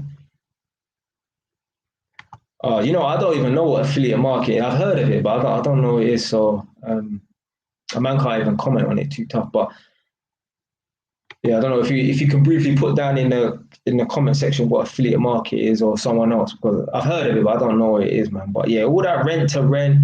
I'm not saying don't do it, don't try it, but what I'm saying is that shouldn't be your end goal. Yeah, aim to have your own fucking properties. Yeah, don't be latching and leeching onto a next man for the rest of your life. Yeah, you become that fucking property tycoon who you have people wanting to latch onto your things. Don't be a leech your whole life. And that trading thing as well, man, it's a joke thing. Bear man, them just start trading because they can't be bothered to get a skill or a trade. They don't want to go uni for 3 years. They don't want to study to become a mechanic, plumber, gas engineer, carpenter, or electrician. Man are lazy. No, I'm going to study trading for 3 months and now I'm a professional trader. Professional at losing money. Yeah? Trading is like high-class gambling to some degree. Right, so the quick buck mentality is gone. That's done. So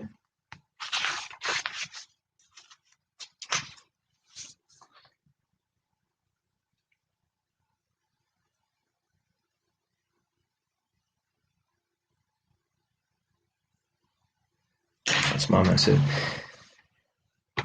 So they said it's basically where you get commission for selling someone else's product, like 5-10%. Okay. I mean, stuff like that, yeah. Try it, make a little bit of money, but that shouldn't be the end goal. Yeah? Aim to have your own products and then give it to someone for them to sell, for them to make a little bit of change off your thing. Yeah? But for certain, man, this is their end goal and that. Nah, man, aim to have your own things, blood. Anyway, what was I gonna say? Now I was gonna say.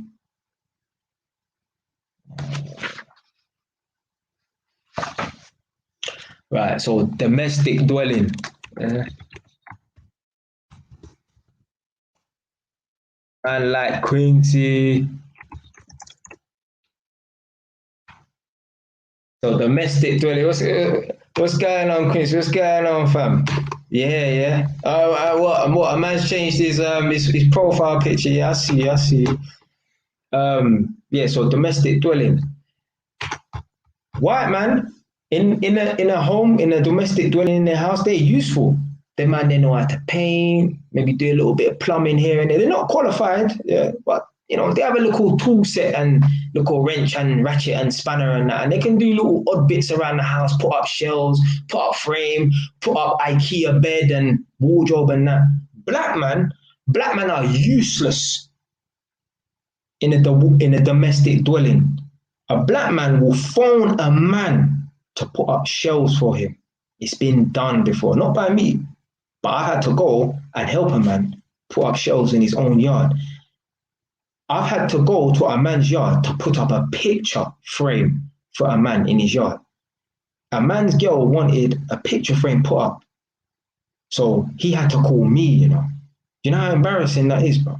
Every man, once you move out of your mother's yard, yeah, unfortunately, you know, I mean, you shouldn't be moving into no girl's house, but let's say you go down that route, yeah. If you move into a girl's yard and it's not your yard, you move into a girl's yard, every man should have a little cheap Black and Decker, little idiot drill in that. Yeah, every white man does. Yeah, when I go to all these houses and that to do the testing and that, they've all got little bits and pieces, little box full of screws, and even the women, they got little things and they're single women and that. Not black man. Black men are useless. Black man don't know how to do nothing around the house. Black man don't even know how to paint. A black man will call another man into his house to renovate the whole of his property. Yeah, don't get it twisted. I made that fatal mistake of phoning some Romanian guys to do some stupid painting because I couldn't work out how to get, you know, like in the hallway of the stairs, you get to them really, really high points.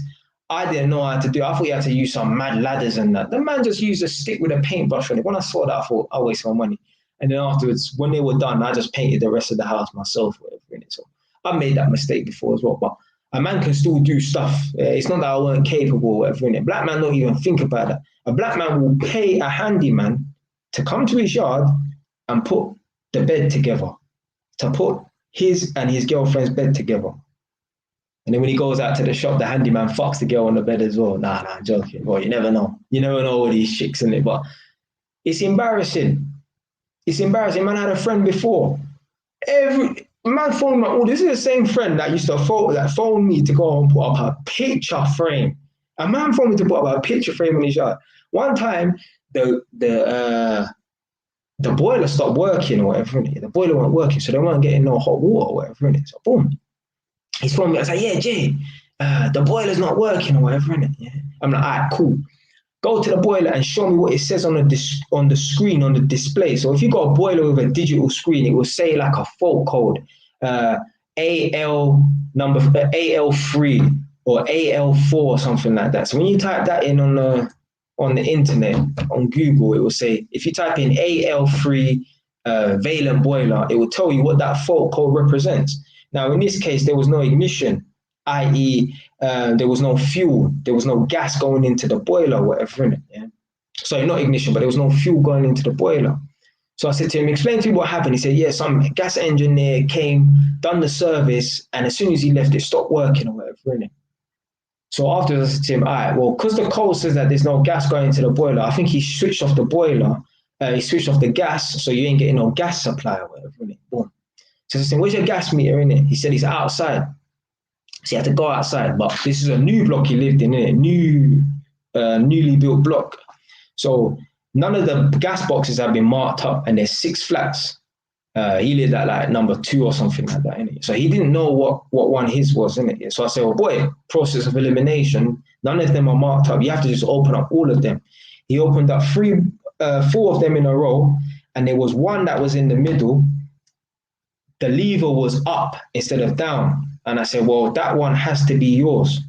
So anyway, he pushed the lever down, or up, whatever, it's to the same position as the other ones. And then the gas came back on.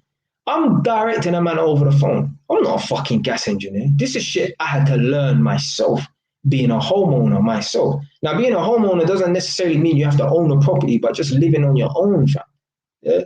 This is shit you have to learn, fam. When you got a gal in your yard, you don't want to have to constantly be bringing over a next man to fix stuff in your yard. Women want to be with a man who is useful around the house. Yeah?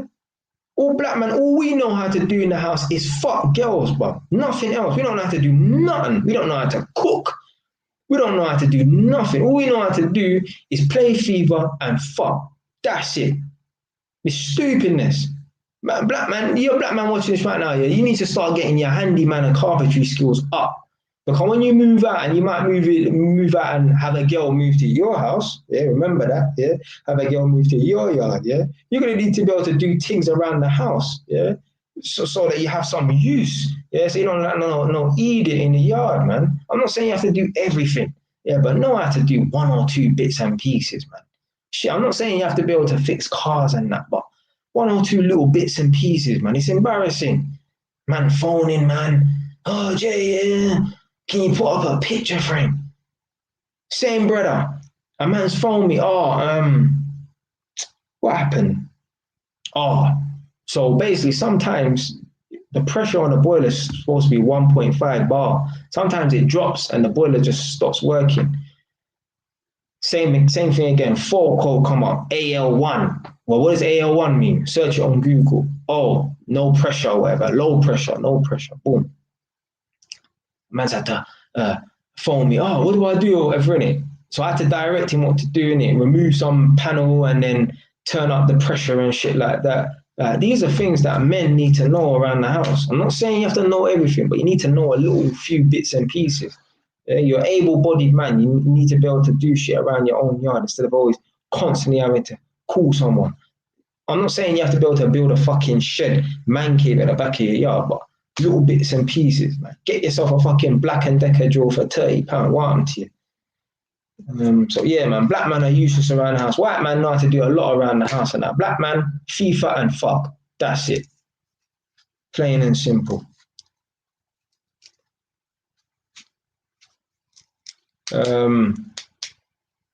Since I'm talking about around the house, so hold on.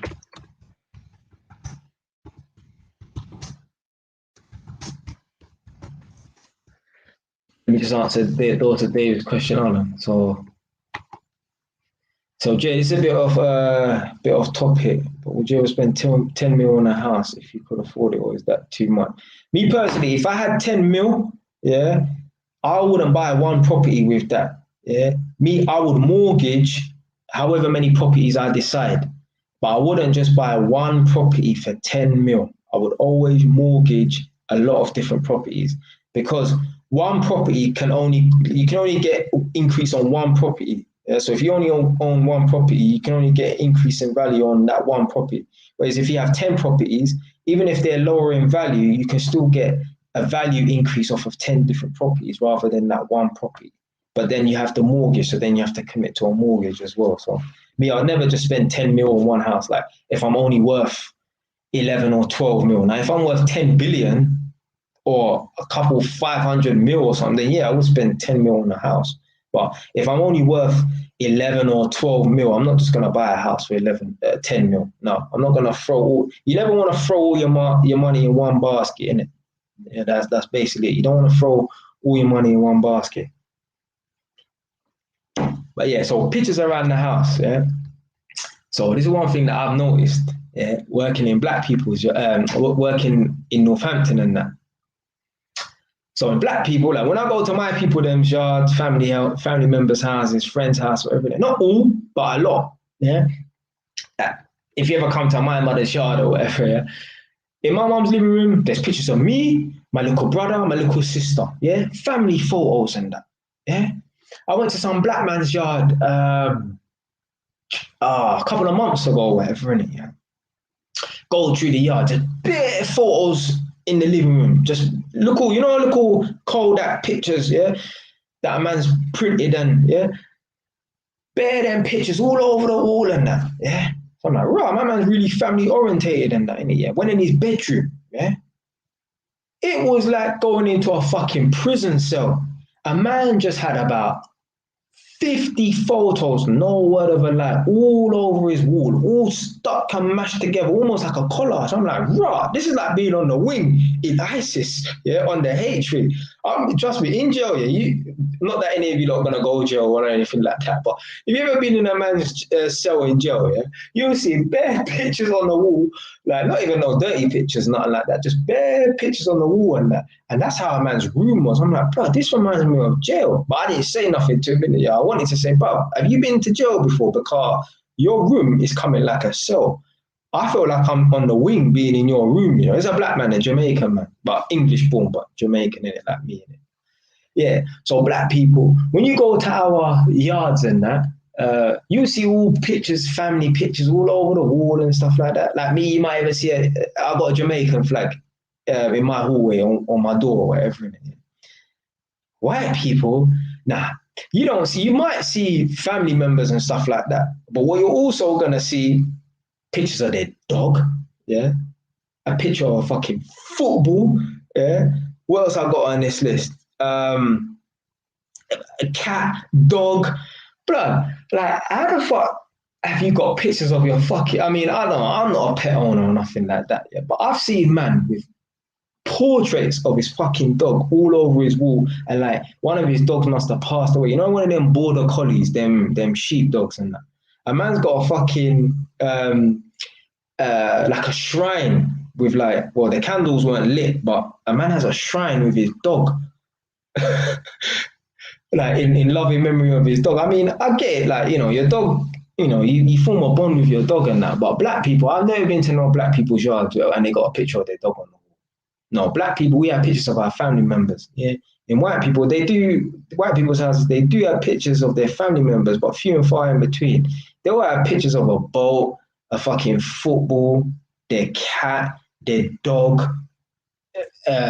England flag, and well, obviously that they're representing their country, so that's cool, yeah. But like, yeah, just dumb stuff like that, man. I'm thinking, see, look, Nadia, I had photos on my dog. So I'm saying, like, nah, black people don't do that. Black people don't do that, man. We have pieces of our family member in it, and then that's it. Yeah, that's it. Since I mentioned about pets and dogs and that,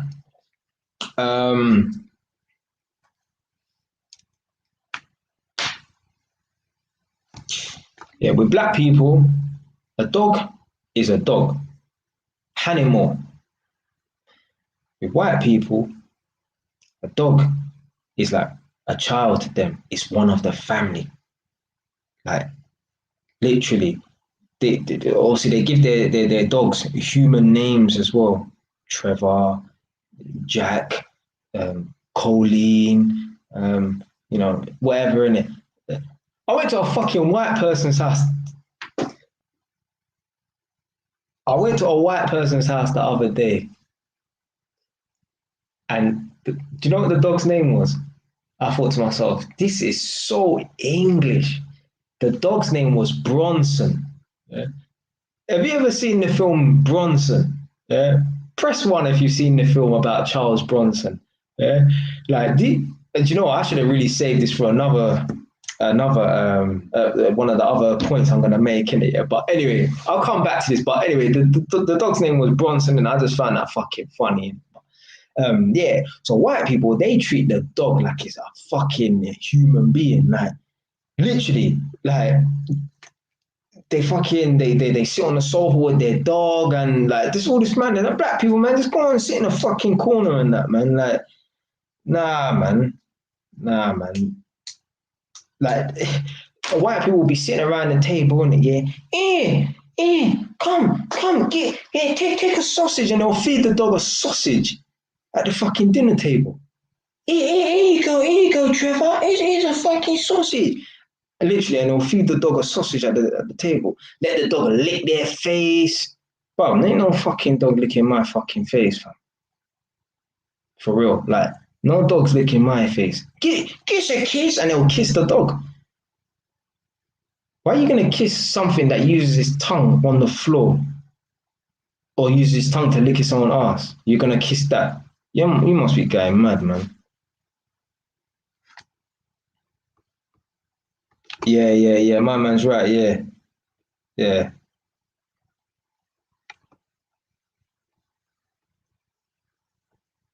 But yeah, literally, man, they will fucking they'll feed the dog at the dinner table. Here, Toby, here's a sausage, and they'll literally a man. They know fam, there's no super chat. Man ain't verified yet, 635 subscribers. They're getting killed out here, fam. Yeah, that's what it is, bro. Yeah, literally.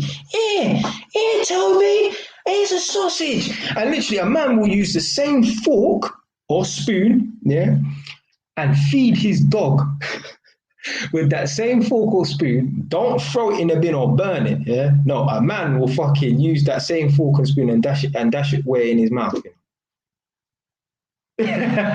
So someone on Instagram, because obviously man's still live streaming at the same time on Instagram, innit? Yeah, and a man's laughing saying when I say, yeah, Toby, it's a sausage, but that's how it is. A man will call his dog Toby. A man will give his dog a human name, fam. Toby. Toby, you know. Man like Quincy. But yeah, black people, like, we don't treat dogs like they're one of their family and that. Nah, man. Like white people will sleep in the bed with their dog. nah, nah, nah. Like me, I don't even want no. Like even when I'm eating my dinner, I've been to people's yards before. When I'm eating my dinner, I don't want no dog near me because when I'm eating my dinner or eating food at people's yards that have dogs, I can see hairs floating in the air.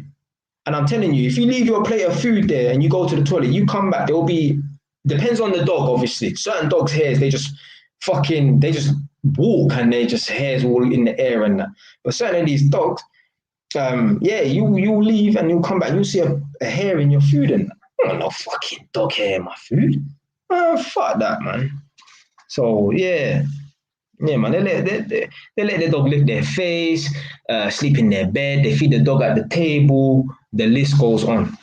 The list goes on. Literally, the list goes on, man. I don't want no dog next to me when I'm eating my fucking dinner. Yeah.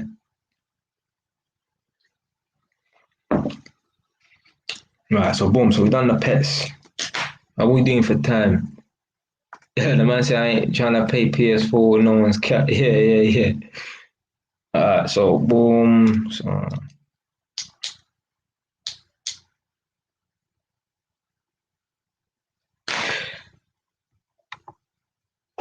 since we're talking about like food and eating and hygiene and that, yeah.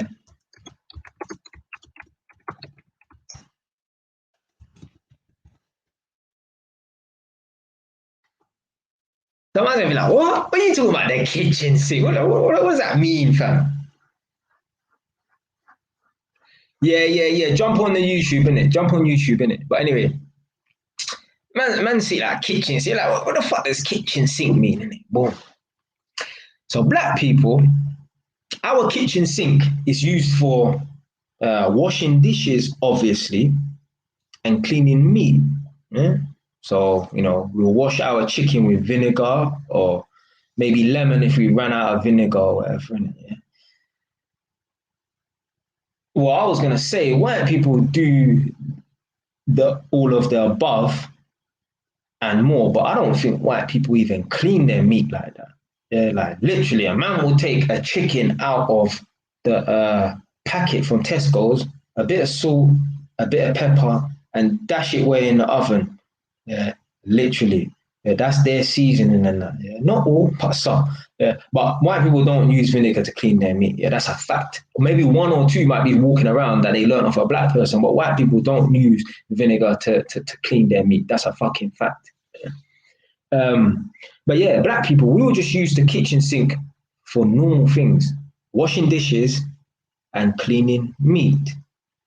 White people will wash dishes, yeah, and they also wash their hair, head and shoulders, they wash their hair in the kitchen sink.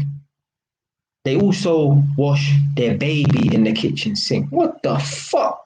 Nah, we don't do that. Black people, now don't get it twisted. There might be some black people that wash their baby in the kitchen sink. I don't know. But white people do that. Yeah.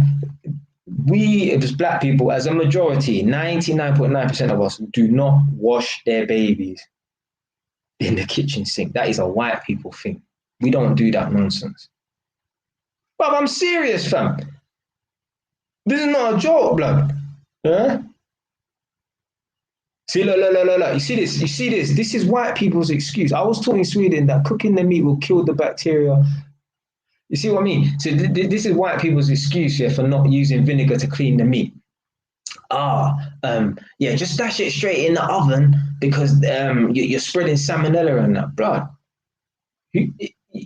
So hold on a minute. So you can't clean the work surfaces and that for years, since the day I was born. Yeah, my mom's always cleaned the chicken in the fucking sink with vinegar. Yeah, and we've never got food poisoning from salmonella. Yeah, so all of that bullshit. Yeah, how can my mom be doing that for 28, 29 years of my life and I've never got any food poisoning from salmonella? It's bullshit. Don't listen to that nonsense. Yeah, you know who that will harm? Yeah, the salmonella thing that will harm people that don't clean up after themselves properly. Yeah, like you don't clean your meat with vinegar because you're spreading salmonella, so just throw it straight in the fucking thing. No, that's bullshit, man. If you clean up your work surfaces and you clean your taps and that, you ain't gonna get no salmonella poisoning. Yeah, but the people then that will get it is the people that don't clean up after themselves properly. Nah, fam, this is real life, blood. There's people out there wash their babies in the sink, blood. Like it's a piece of chicken, fam. Literally. Wash their babies in the sink, fam.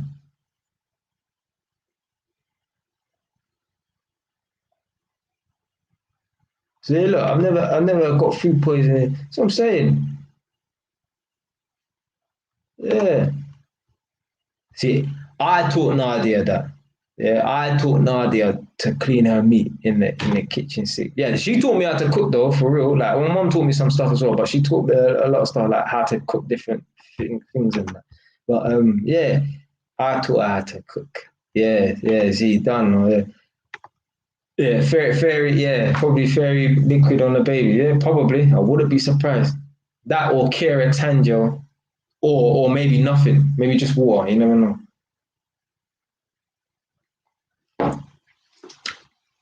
So look, Nadia don't want to teach me nothing because then she won't have a job, basically. So yeah, you did. Girls always want to feel useful around the house and that. So if they can't provide nothing for you, like cooking or making apple crumble and that, they'll feel useless. So you have to give them something to do. Yeah. So look, she's laughing, fam. But yeah, so yeah, the kitchen sink. Black people, we just meat and washing the dishes. White people, they wash their hair, they wash their fucking um, baby and that in the kitchen. So they probably wash their dog in the sink. If they had a little chihuahua dog, they'll probably wash the dog in the sink. Real talk. Yeah, yeah, yeah. So yeah, man. Next one, because I've got one that I have to leave until last.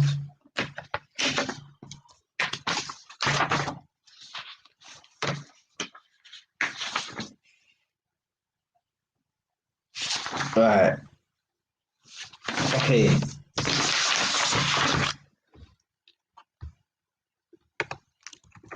Driving. New car. First car. When I say new car, don't necessarily mean brand new or even 10 years. I mean, new car just means first car, whatever. So driving. When a white man passes his test, got his license, when he gets his first car, he will get a 1999 Vauxhall Corsa. Yeah. When a white man passes his test, he's a first time driver, first car, 1999 Vauxhall Corsa. It's the year 2021, yeah? Not a black man. It's the year 2021, and a black man's just passed his test. And he's getting the Mercedes Benz 2022, if you understand what man's trying to say. A black man can't be humble and, you know what, I'll drive a banged up car just so I can learn the roads and get comfortable on the street. And then maybe once I get my money up as well, I'll get myself a decent car. No, I have to get a Mercedes. And I'm gonna write it off as well, more than likely. Or I'm gonna be so scared to drive, I ain't wanna fucking drive. We need to adopt that mindset that they have, yeah. That it's all right to not look like you're rich, especially when you're not rich. It's all right to drive around in a banger, yeah. It's all right, yeah, for a little while, yeah. But man, I feel like they have something to prove. I don't know why we're like this. Why we feel like we need to drive a brand new Mercedes when we're a first time driver. I know, man. 17, first car, BMW drop top Mercedes, and BMW drop top Mercedes. First car, BMW convertible, yeah, drop top. First car, 7 grand. Bam. When I bought my first car when I was 21, it cost me 1,400. It was a Honda Civic, not the black one. I got a blue one. And you know what? I'll still be driving that car now, probably, if some guy didn't write off my car. Yeah. Me, I don't feel like I got a point to prove. Black man, like I say, as soon as black man get money, everyone has to know about it. Why are we so flashy? And the worst thing is as well, so a lot of us are flashy with our cars and our outward appearance. But when you go to our houses, some of our houses ain't as nice as our cars. And I'm not even talking about just the decor, the furniture. I'm talking about some of these houses are nasty. You know? Like a man been to a yard before and there was a brand new white A-class Mercedes outside. When I say brand new, I mean 2 years old. That's brand new to me, innit? Mercedes A-class outside, in it, nice toothpaste white outside. When you went in the yard, it was like a fucking junkyard. Seriously, it was nasty. Junkyard. I would never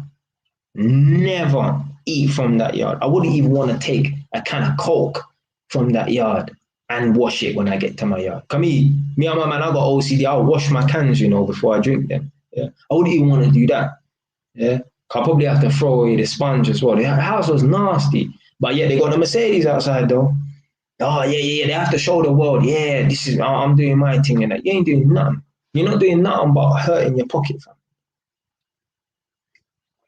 You ain't doing nothing but hurting your pocket. Me, always been humble from day. Don't care about looking the part or whatever, innit? Yeah.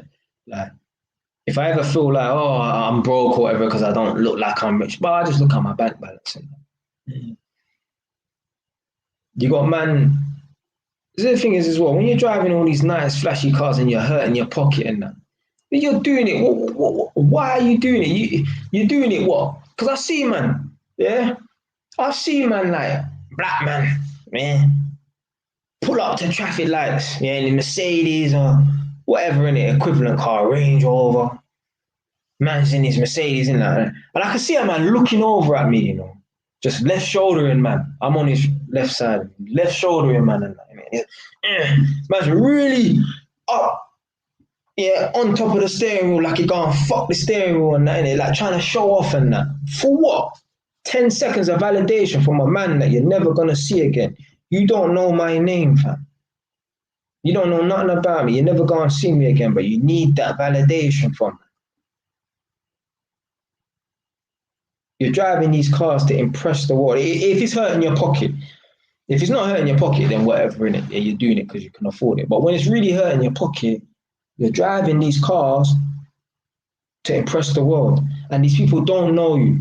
These people don't know your name. They don't know where you're from. They don't know where you're about. They're never going to see you again. But you feel like you need to impress these people. It's an insecurity, man. It's an overcompensation. Like I said before, the reason why black people need to feel like they need to show the world that they got money is because a lot of them is broke. Yeah, rich people. Look at the richest men in this world, Bill Gates and all these people and that. Them man ain't out there like, yeah. Now them man, they probably ain't got no swag, but I'm sure they could fling on some stuff and look the part. No, them man, they ain't got a poor man's mindset. A poor man's mindset is to look the part and that, yeah, all the time.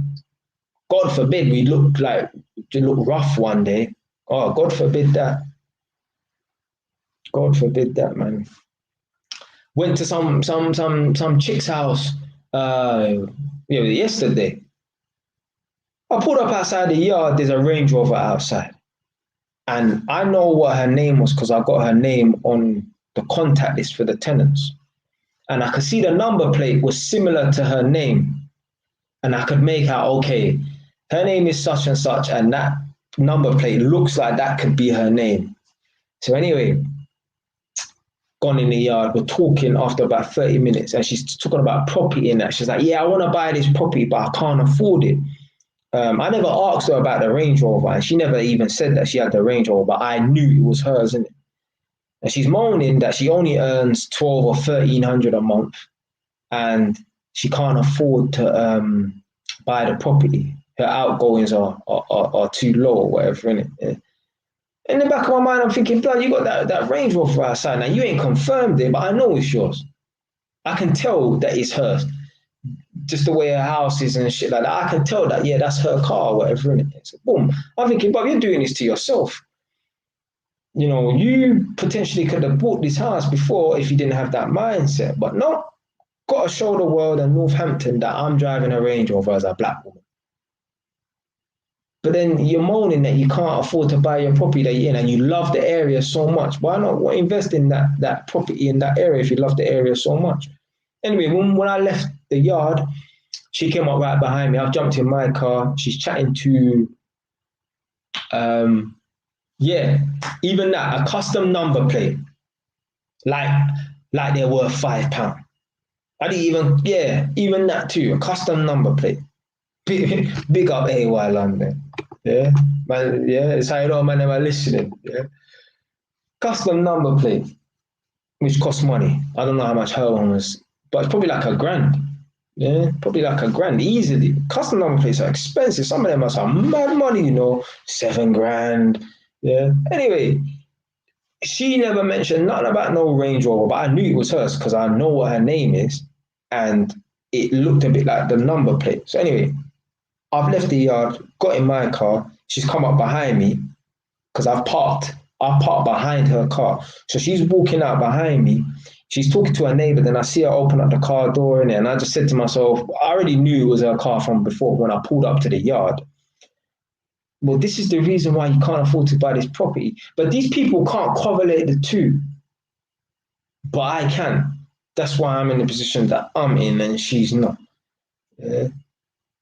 So yeah, man, as I said before, white man, when they get their first car, they're humble with it. Yeah, they will buy their little cheap Corsa or Vauxhall, Ford Sierra or Escort, and they will drive that around happily.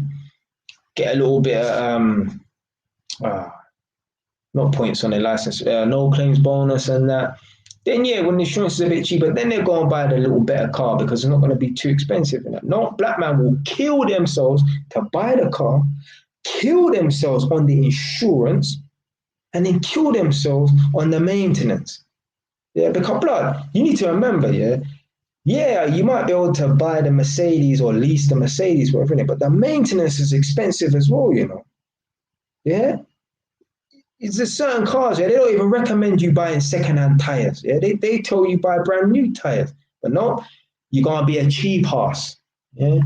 See, this is the thing. Everyone wants to buy a sports car and a high-powered sports car, but people want to put 95 unleaded in it. No. There's certain cars that require you to only put super unleaded. Yeah. A man want to ride a motorbike but put water in the fucking fuel tank. No.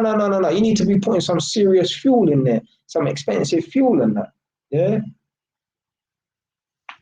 Man are stupid, man. Man will bite off more than they can chew. And then what happens? Man get their car taken away. One of the worst things that can happen to you, your car gets towed away, bailiffs turning up to your yard, fam. Fuck that, blood. I've never had bailiffs turn up to my yard. That's embarrassing, man. Obviously, things happen and that, but you don't want to get your... I drive around sometimes and I see like cars with, you know, the triangular clamp thing on their car, and I'm just like, fuck that.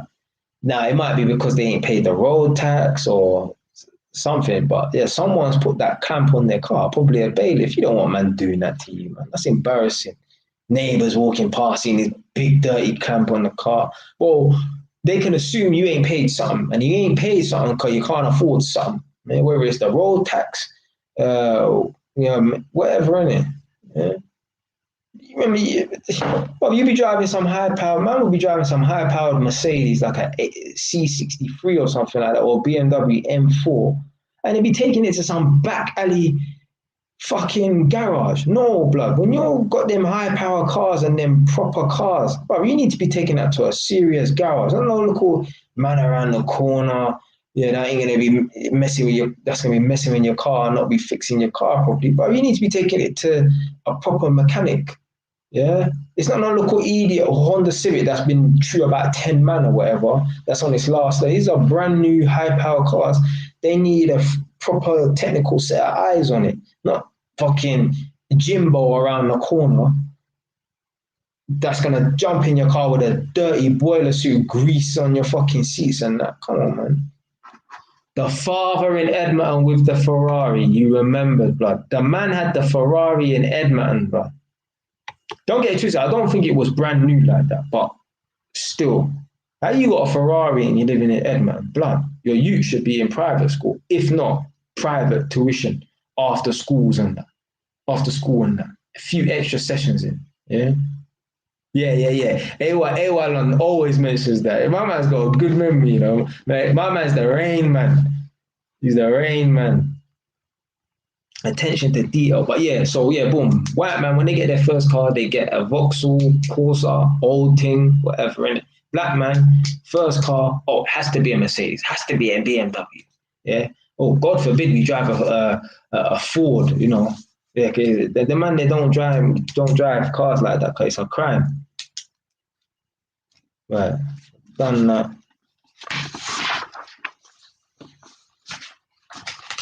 Yeah. Alright, fuck it. Since Nadia mentioned horse tranquilizer, I might as well talk about drug use. So this is one of the topics.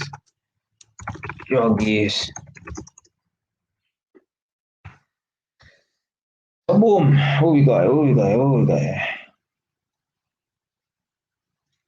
Alright, so black people, we ain't too adventurous when it comes to drugs.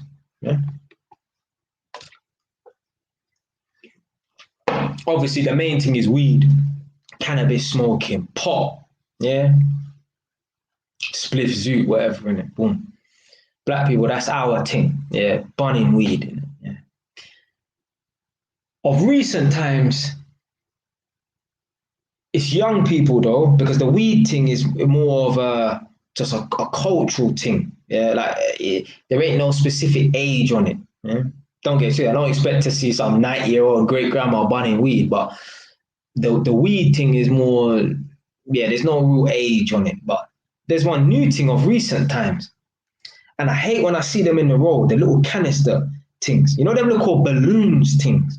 It's got black youths who doing that nonsense. But I hate when I see them because I'm a bike rider, innit? And if I go over that, but that can make a bike spin out the back wheel and that. So, but man, them that doing this balloons thing need to stop that foolishness, whatever, innit?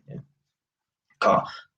Leaving them things in the road, man could have an accident on that, whatever, innit? But yeah, so black people, it's more the weed thing.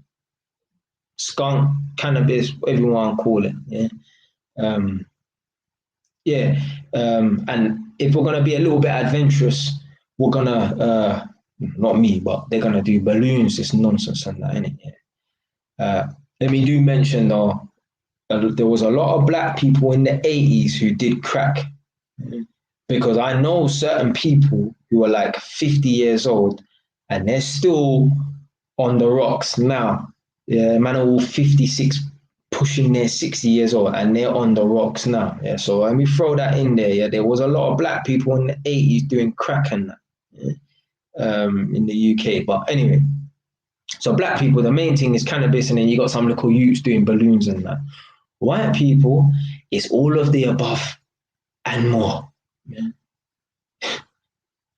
You got man sniffing glue, yeah. You got man doing speed, coke, crack, heroin, horse tranquilizer, which is ketamine. There's man out here abusing painkillers. It's like anything they can get their hands on to get them high, they will. Petrol, nail varnish remover, everything and anything is nonsense, man. Nonsense. And trust me, solvent abuse is bad. That will fuck you up. The other day I was spraying some glue I was in my flat laying the carpet and I was spraying some glue. And I think to myself, how can people get high off of this stuff? Because I felt like it was in my throat. I felt like I could taste it. And there's people that will put glue in a bag and sniff it. That will fuck up all your insides and that. And man are abusing that. Man can't just stick to weed, you know. I ain't promoting no drug use or nothing like that in no way, shape, or form. But black people, we ain't adventurous with drugs. White people, they do everything. Coke. Now they can't do coke on the table. No, they have to go into a dirty fucking toilet and sniff coke off of a fucking toilet seat as well. Yeah, I think that's just how it enhances the effect or something like that. Yeah. They do every fucking drug on. How are you doing horse tranquilizer, bruv? You're an 80 kg, 12, 13 stone human being, and you're trying to do a drug that is meant to put a 300 kg animal to sleep. You're a third of that animal's weight, maybe even a fifth. Maybe horses weigh 500 kg. I doubt it, don't it? But yeah, and you're doing that. Ketamine, I think it's called. Yeah, horse tranquilizer called ketamine. You must be going mad, fam. You think I'd ever do any of them kind of drugs, like horse tranquilizer? I bet if a man could get his hands on whale tranquilizer, he probably would try it. Crystal meth. That's supposed to be the world's most dangerous drug, you know. I saw a program about that, but this was years ago. A man was like 8 or 10 years old. So what we're talking like 01, 02. Crystal meth was one of the most dangerous drugs in the world. But yeah, I'm not too sure if it is now. Something else has replaced it because there's always some new drug that's on the market that's replacing. But yeah, heroin's a bad one though, because it's the effects you get when you don't have it, the withdrawal symptoms and that, man. So yeah, he's saying that, yeah, talking about the balloons, dumb. Glue.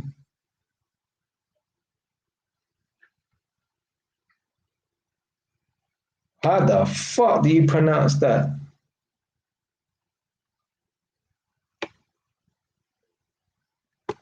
Yeah, the wet house. Yeah. So the wet house is one program where they have alcoholics in like a hostel, and then there was one girl doing glue out of a bag.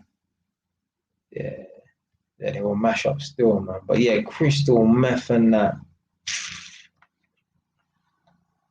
Why would you want to be doing cocaine? Imagine a man really like, you see Scarface. My man's got his head in the fucking pile of cocaine. Come on, man. Why you want to be doing that, man? It's embarrassing, man. It's embarrassing, man. I guarantee you, if a man could do gunpowder, he probably would. If a man could get high off gunpowder, he would get high off gunpowder, man. Yeah, solvent abuse is bad, though. That's not no fucking joke, man. You're inhaling things that come from a science lab, basically. And to be fair, if anyone's ever smelled crack's got like a chemically type of smell, like something that you will smell in a science lab. Once you smell crack once or twice, you never forget that smell. And then when you don't smell it for a long time and you smell it after a year or two or something, you're like, oh, I remember that smell, that's crack. Man said, get high off tea bags. I think, yeah, if I was going to get high off something, I'd probably be tea bag. I man drink about 3, 4, 5 cups of tea a day sometimes, you know. So, yeah. Nadia is my personal tea maker. Anyway, boom, what we got next? Fuck it, we do this one. So, spouses, yeah? Spouses. So, spouses, like looking for potential partners and stuff like that. Let me see the notes, man. So, let's start off with white women. So every woman looking for an alpha male, yeah? So to a white woman, an alpha male, to be an alpha male to a white woman, all you need to do is have a beard, wear a leather jacket, and you're an alpha male. Oh, and if you have a tattoo, you're like the most alpha male ever. Yeah. It's easy to impress a white woman. It's easy to be an alpha male to a white woman. Just have a beard, have a leather jacket. Or if you ride a motorbike, oh, you're like the creme de la creme. Yeah. To a black woman, to be an alpha male, boy, yeah, you need to have all of the above. Yeah. Tattoo, leather jacket. No, not leather jacket, but ride a motorbike. You need to be 6'6". You need to make six figures. Yeah, you need to have a six pack. Yeah? You need to be driving a Ferrari. You need to be a gang member. You have to bust shots at the police. Been to jail 10 times. Yeah, and you have to rap. Yeah, that's what it takes to be a fucking alpha male to a black woman. Now I'm messing around there, but black women's expectations and that are just through the fucking roof. Some white women are as well, innit? Yeah, but their expectations are mad. Their expectations are mad. With white men, obviously there are going to be white guys that pick ugly women and that. Yeah. But white men are a bit more selective with their women. Yeah, I'll tell you why. You can have the fattest, ugliest, white, grotesque girl in the world, and you will see her pushing a pram and have 2 or 3 mixed race babies trailing behind her with her third one in a pram. I see one fat white girl walking around here all the time, and I think, who would go near that girl? 3 times. Yeah? Who would go near that girl 3 times? And it would be worse if she had 3 baby dads, because that means there's 3 idiots walking around, yeah, that have been with that girl. Who would make the mistake of getting that girl pregnant 3 times? Like, you know, one of them girls is like, she's not old and like that. This girl, I don't know, 19, 20 something, and a man's breeded it. No white man would breed that girl. Yeah. You know what? Yeah. That's one thing about black man. No matter how bad a girl looks, a black man will still chop that girl. White man, they have a threshold and they will say, you know what? No. Yeah. There's certain girls that white man will not touch. Black man, anything that walks, anything, as long as you don't have an STD, anything. And even then, man will probably say, you know what? I'll strap up. I'll take the risk. Probably. Yeah. White man, they are a bit more selective. Black man, there's no girl that is off the radar for black men. Everything and anything. Literally everything and anything. There's no female on this planet that a black man won't touch. White man will turn it down. Black man, it's got to be done. Yeah, I don't know. Maybe we got more testosterone or something like that. I don't know, man. No, they say I'm kidding. Listen, it's not a fucking joke. Yeah, I'm serious. Let me see what this man's saying. So, William Han. All this is more of a reason just to give up an idea of being with anyone. Men are gonna get demonized no matter what. So, whatever. Nah, man, still, you know, work on yourself in there. Just wait for the women to come to you, man. You know what I'm saying? But you have to go out and socialize to meet women, though. That's how, you know, put yourself in a position to meet women and that, man. Yeah, I ain't really on this, you know, F women and not to that degree or nothing like that, man. You know what I'm saying? It's not about not being lonely, but I mean, I like my own space and that, innit? Yeah, but like, you don't want to just give up on women completely, man. You know, do your thing, man. Wait for the women to come to you. Be the best version of yourself and that, man. But yeah, black man, there ain't nothing. Yeah, there ain't nothing that a black man won't touch. Yeah, there ain't nothing that a black man. You could put the worst looking white girl up against 10 white men, and they will all say no. Don't even put that girl up against 2 or 3 black men that are horny. That's it. That she's getting it, fam. She's getting it, fam. She's getting it. And they will breed it as well. And they will breed it as well.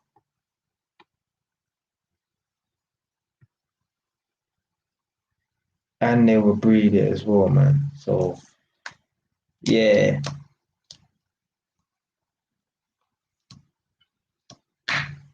So, yeah, man, for a white woman, to be a desirable male, you just need to wear a fucking leather jacket, wear a pair of sunglasses, and that's it. Good enough. Black woman, the list just goes on. 6'6", six figures, six pack, gang member, been to jail, yeah, shoot at the police, yeah, got 10 arrest warrants, yeah, you have to have skipped bail a couple of times, you have to be a wanted man as well, yeah. Oh no, God forbid you walk in the streets and the police ain't after you. No, you need to be a wanted fugitive as well. Oh, don't you dare have a job as well. No, you can't have a job, fam. Yeah, you need to be a drug dealer. Yeah, there's some women out here, they might not even say it, but that same guy could have a job and be legit. Same man, but he just has a job. But no, I'd rather him as a drug dealer. I'd rather date him if he was a drug dealer. But he's the same person, same persona, same character, but I prefer him to be a drug dealer. They might not say that, but subconsciously, there's some girls out here, some black girls out here, they don't date guys that have jobs. No, you need to be on the road. Yeah. Whether or not your persona could still be the same and have a job, but you need to be on the road. As if that road life serves that woman any purpose. Done. Let me see what my man's saying.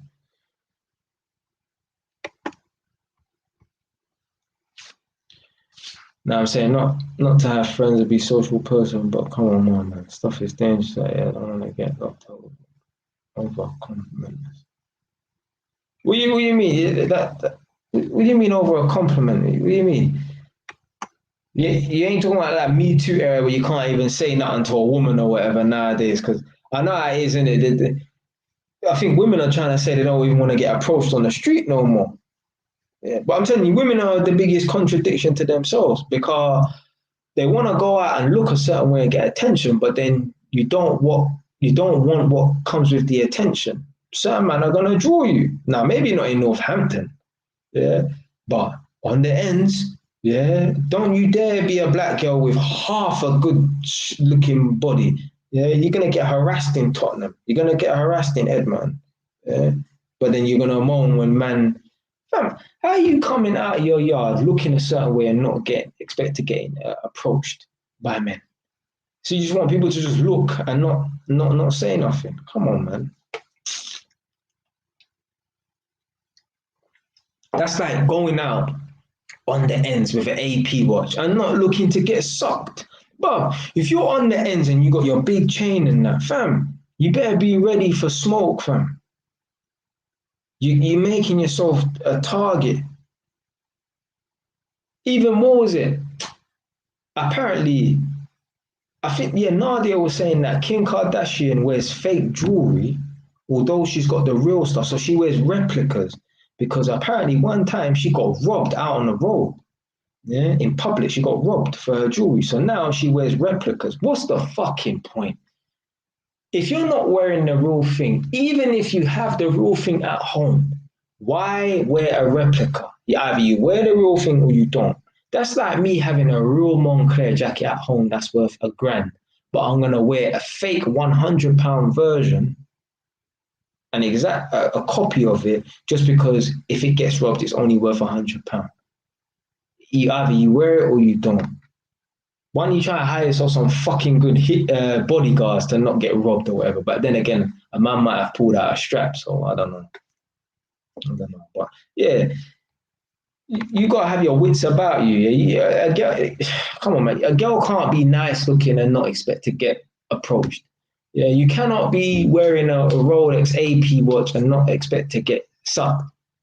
I remember I was reading something in the paper about some Tottenham youths in Harlow. Yeah, they all gone to jail for that. Four or five of them went to jail because they tried to rob a policeman for his AP watch. I don't even think they knew he was a policeman. Well, they probably did anyway. But anyway, they tried to rob I think he was not undercover, off-duty policeman for his AP watch or Rolex watch. And anyway, he got bagged. Sorry, they got bagged or whatever, innit? So now they're in jail. Dumb.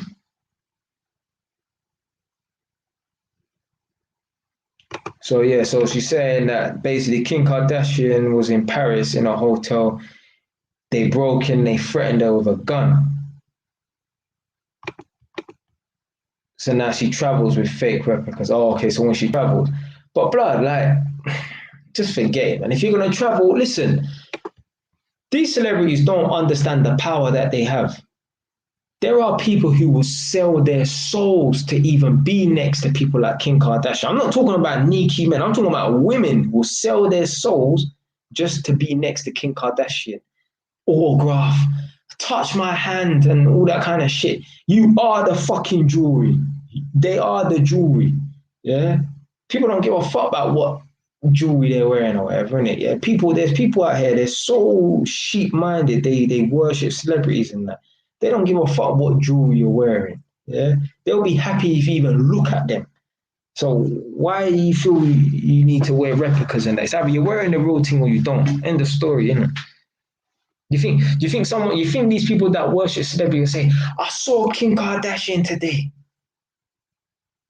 but I didn't get her autograph because she wasn't wearing her gold chain. No, they're not going to give a fuck whether or not they're wearing a chain on. Yeah? They don't give a fuck if she was wearing Umbro. Yeah, they wouldn't give a fuck. Well, some of these idiots that are into brands and that will be fucking trying to get onto her for wearing Umbro and that. All right, boom, boom, boom.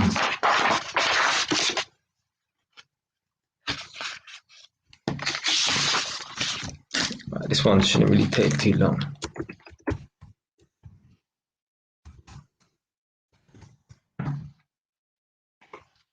Funerals. So when white people have funerals, they do the normal thing. They go and they pay their respects, and that's it. They'll be glad to see some family members who they haven't seen in years, and that's it. They'll call it a night. They'll drink, whatever. They'll call it a night, pay their respects. That's it. They won't go there with no other intentions but to pay their respects and maybe meet up with some family members that they haven't seen in years. That's it. Not black people. We go to funerals to show off. We go to funerals to party.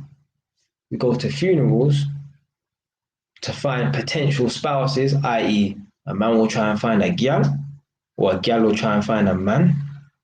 We don't go to funerals for the right reasons. Yeah.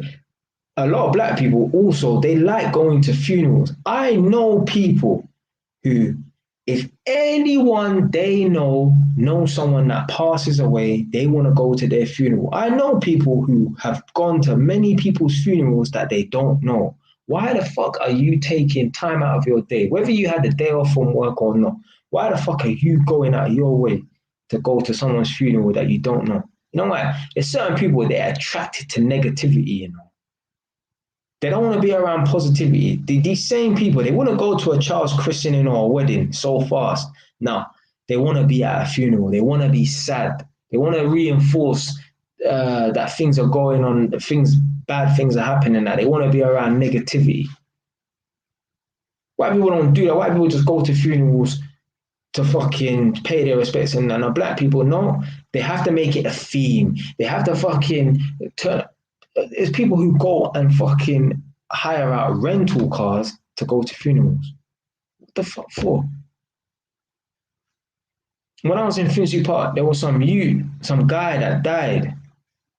I was like 23, 24 at the time, and I think he was about 27, 28. Now, I know it was a road, man, because the people then that I saw, they all look like they were off ends or whatever. Now, I'm seeing like one more green boy, that man rubbed shoulders with that. You get me? Yeah, was on the team. Yeah, one more green you. I'm seeing in there, and you know, I respect him because he was wearing just he was just driving his normal Ford Fiesta in it. But when I see all these people out on the road, yeah, in their cars, it was like an all white theme. They had Audi Q7s, that all these high-powered Mercedes and Range Rovers, all white and that. Like, bro, you don't go in there to stunt and show off, blood. Why are you're not going there for the right reasons? Man are going there to find a gal or stunt or just general negativity they want to be around, man. Some black people need to kick up the backside for real, man. See what I mean? He said, yeah, my stepmom is a bit like that. She goes to many people's funerals. There's some people, they just want to go to people's funerals for the sake of going to people's funerals. I know people like that. I know people like that, man. It's 10:30. I don't know. All right, so the next one is leaving the nest. What's that? So what's leaving the nest? Leaving home, yeah. So black people, when we leave home, when we leave our parents' yard and that, get me, we still keep in contact with mommy and daddy, you know, so long as they're around, if you get what I'm saying, innit? Yeah. Get me, all constantly, you know, keep in contact with mommy, get me, go and check mommy, no matter how far away we are, whatever, innit? Yeah. Get me. They'll know, say that we're still thinking about them and that, innit? Not white people. I'm not talking about all white, because there are some black people, when they leave the nest, they leave the nest. A lot of white people, once they leave the nest, that's it. I met couple white people, and I'm not gonna say too many, but quite a few white people, like working in Northampton and that. And they're like, I remember I met one guy called Kieran, yeah. He was like 65, 70 years old, isn't it? And he was saying, yeah, none of my kids come and visit me or something like that. He said to me, I ain't seen my son in 10 years. No, I ain't seen my son in 10 years because my son lives in Australia. He said he hasn't seen his son in 10 years and his son only lives 30 minutes away, you know. How can you not have seen your dad in 10 years? You literally could look different, you know. Yeah, like you could look different to your dad could look different to you. How can you, but I won't even want to go definitely not 10 months, just over 10 days without seeing my mum. Yeah. Let alone, I could imagine me not seeing mommy for 10 years. That's mad. That's mad. I'm not saying all white people, and some white people do go back to the nest and that, but there's some, literally, once they leave the nest, they just forget about their parents and literally just move on with their life. Obviously, there's some black people, they don't get along with their parents and that. I reckon the ones that don't go back to their mum or go check their dad or go check their mum, whatever, in it is the black people that they've had a disagreement with their parents, yeah, which is maybe understandable. But there's some white people, they don't have a disagreement with their parents. It's just, they don't go and check them. They don't go and see them. No, me, I'm going to see mommy often. Yeah. It's my mum's birthday tomorrow, technically. Yeah. The day after, I'm going down there, I'm going to check my mum. Yeah. Yeah. The man said 10 years, you know. 10 years. How can you not have seen your dad for 10 years? Even some woman as well, some white woman, she said, hey, I've got 4 kids, whatever, innit? Yeah, 2 of them come to see me, but the other 2 don't. Now, I don't know, maybe it was some politics. Probably not. Just once they leave the nest, that's it. Don't give a fuck. They don't give a fuck. They don't give a fuck. Me, I could not go 10 weeks without seeing my mom. Nah, man. Nah. They won't even fucking video call or nothing like that. They're just not interested. Not interested. And then when they do go and check their parents, it's to use them. Man, you got money. Oh, can I store this at your yard? I ain't got space at my flat. And then after that, they disappear and that. Nah, man. That's one thing about us black people. Family is important to us. Yeah. Get me? You must stay in contact with your people and that. You can't just forget about them like that. And obviously, yeah, disagree with people, yeah, but there's some people they don't check their people then. Yeah, so obviously, like what my man's saying here, innit? Yeah, obviously, there's some parents, they're manipulative or whatever, in it. Yeah, there's some reason why, but there's some people that don't even have a reason. They just don't go and check their mum or they don't go and check their dad. Man, think I couldn't go and check my mum? That's mad. My mum lives 70 miles away. And yeah, I go link my mum all the time, every other week. Sometimes I'll go twice, more than likely I don't. And sometimes I can't go every other weekend as I want because I'm so busy with this flat and that. But see, I hear that, innit? Some people don't have a bad experience with their parents and stuff. But no, some people just don't give a fuck, just don't care. You've served your purpose housing me. Now I've got my own, now I've got a girlfriend. Bro, that spider's fucking big. No, I have to go and kill that shit, bro.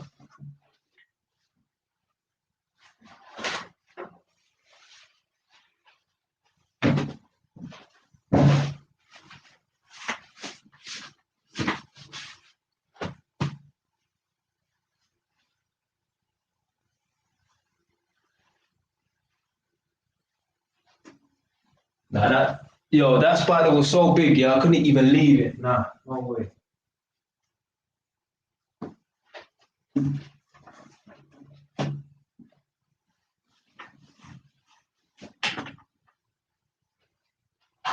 Some man sitting there doing a live stream, I just see this thing go, pshung, yeah, but of late, I've been seeing the bare spiders come in my yard, boy. Yeah, another one, yeah. To be fair, it wasn't as big as the other one the other night, though, but it was still quite big.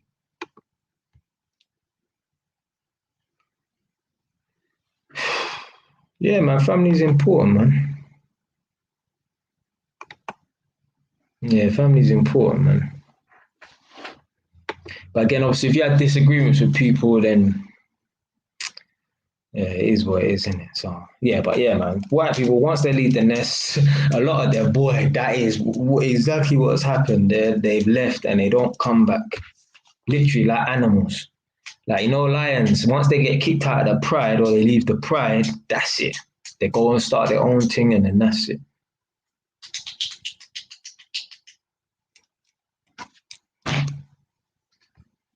All right, boom. What's the next one? What's the next one? This next one.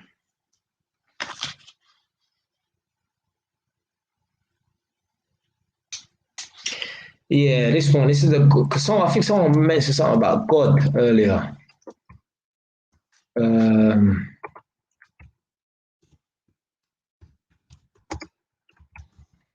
I'll just call this one here relying on God. Like white people, they believe in God, go church, whatever, in it, and they do their thing. But they don't rely on God. I find a lot of black people, we rely on God too much. Obviously, I don't believe in God in it, but obviously, yeah. Black people, we rely on God too much. Like we rely on God to bail us out without actually putting any fucking work in ourselves. Like I've heard a man say, yeah, God willing this, God willing that. God willing what, blood? Put in the fucking work yourself, blood. Yeah? You get yourself out of your predicament. Yeah? Don't rely on God to save you. Like me, I don't believe in God in it, but let's say God is real. Yeah? Don't rely on God to save you. God wants you to save yourself. Yeah? If you really believe that there's a God in that, you want God to help you. Yeah? Help yourself first, then God will help you. Yeah? God don't want to help no one who don't want to help themselves. Yeah. If there is a God, I'm saying that there's no God, but let's say there is a God, yeah. If there's a God out there, yeah, He's waiting for you to make that first step, and then He's gonna help you, yeah. You think God's just gonna be sitting there, yeah? Oh, I'm gonna help him. I'm gonna help him. I'm gonna help him. No, fuck that. That's too much effort. Yeah. Why don't you help yourself first, and then man will help you. Yeah. Again, I don't believe in God. I'm just speaking hypothetically. Yeah. I know one gal said this a couple of times, whatever, innit? When I first got this property in it, she come check me, one of my female friends, whatever, in it, talking about, there was a job opportunity that came up, but she turned it down. And I said, why? Because the job opportunity was the same job that she was doing at the moment that was going to pay her double, pay her about 70 grand a year instead of 35, and she turned it down. Do you know what her excuse was? God said it wasn't her time. God said she wasn't ready. No, you was afraid. Yeah, you thought that 70 grand was too big for you. So you turned it down and then you could blame it on God. No, man. So yeah, I find the God thing and that, and the relying on God is more prominent in amongst poorer people as well. Rich people don't rely on God. Rich people, they take care of their own business. Poor people, they rely on God to fix all their fucking problems. Yeah. Oh, please, God, make my youth pass his exams and that. Well, if you had money, you put your youth through fucking private tuition, not private school, but private tuition after school for a couple hours here and there, so that they will be more intelligent enough to pass their fucking exams and that, rather than relying on God. Yeah.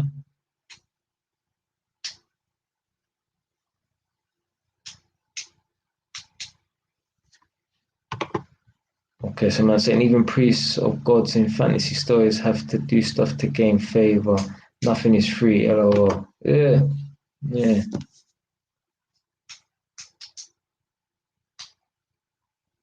Nah, man. See, I don't believe in that. Like, oh, having faith in that. Nah, man. Have faith in yourself, man. Obviously, I don't believe in God, but have faith in yourself. Have faith in yourself. See, poor people. This is why poor people stay poor, because they expect other people to help them. They expect the government. Yeah. They expect family members to bail them out. Oh, lend me $1, lend me money, and no, help your fucking self. Yeah, they rely on God to help them. Rely on God to bail them out. No, bail yourself out, man. Stop relying on God to fix your problem. You're relying on, again, that's what I say, I don't believe in God, but you're relying on a force that's not even there. So how the fuck are you gonna get help if you're relying on something that don't exist? I know people are gonna not agree with this because obviously they believe in God and that, but I'm telling you, you're relying on something that's not even there. Oh shit. Oh shit. See, this is what happens when you try and fuck with things, you know.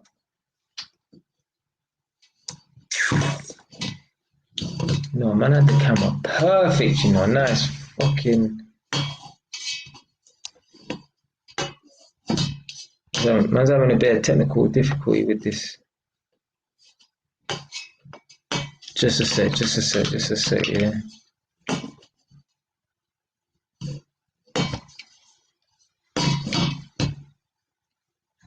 Just about.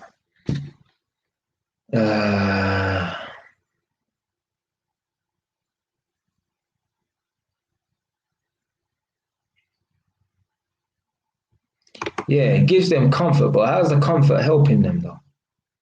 How's the comfort helping you get out of a bad situation? You have to get out of a bad situation.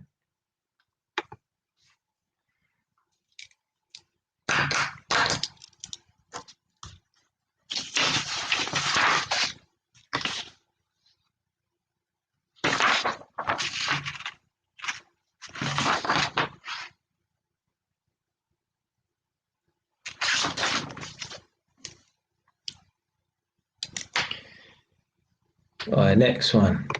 Jesus Christ, nah. I have to get off this live stream by 12 o'clock, man, because I've got to go to sleep, man. Climate, yeah. So we don't like the cold. Yeah, I work with them white man in doing electrical work in vans in the winter. Yeah, them man will be driving around in the van, and I can't even call it hot air, and the air that's blowing out is like 15 degrees, or like, sorry, not 15, like 20 or 19 degrees, but that's cold. That's fucking cold, yeah. But listen, in the winter, you turn that thing up full blast. But I've been in the van with man turning up full blast, and they're sweating and them and they're itching and that. Yeah, white man cannot handle the heat and that. We are literally just different to them. Yeah, we're warm blooded, literally. Yeah, I think white people might be cold blooded or something like that. Like black people, we don't even like sitting out in back gardens and chilling and that. Yeah, and if we do, we don't do it for long. I've been with like people them and that. We'd be out in the back garden and that. And like in the summer, once it hits like 6, 7 o'clock and the sun starts to go down and the temperature dips, we run inside. Yeah. Coming like, yeah, we run inside, literally. Like we're afraid of the dark. Yeah. White people, they'll be out Even during the summer, they'll be out till midnight when it's pitch black and it's cold outside, and they're just out drinking. Like it's almost like they're scared to be in their yards.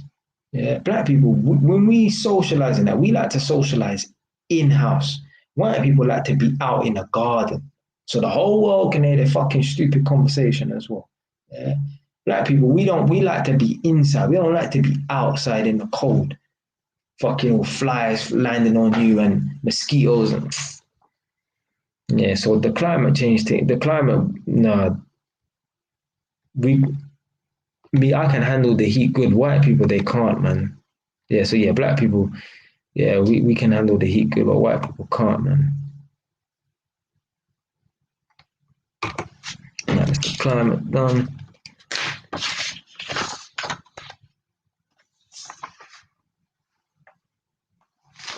Done about it.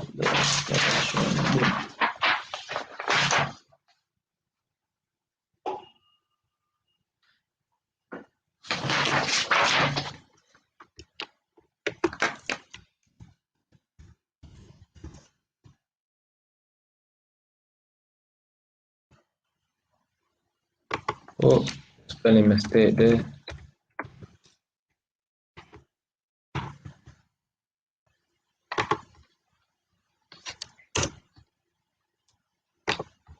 Tattoos.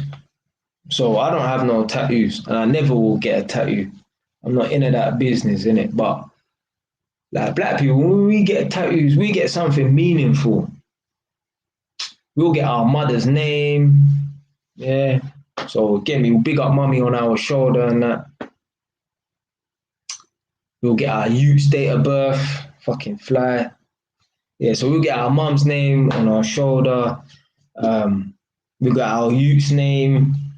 Yeah, get me. I don't know, some meaningful message. I don't know, like a proverb or something. If there's no enemy within, the enemy outside can't do us no harm or something like that.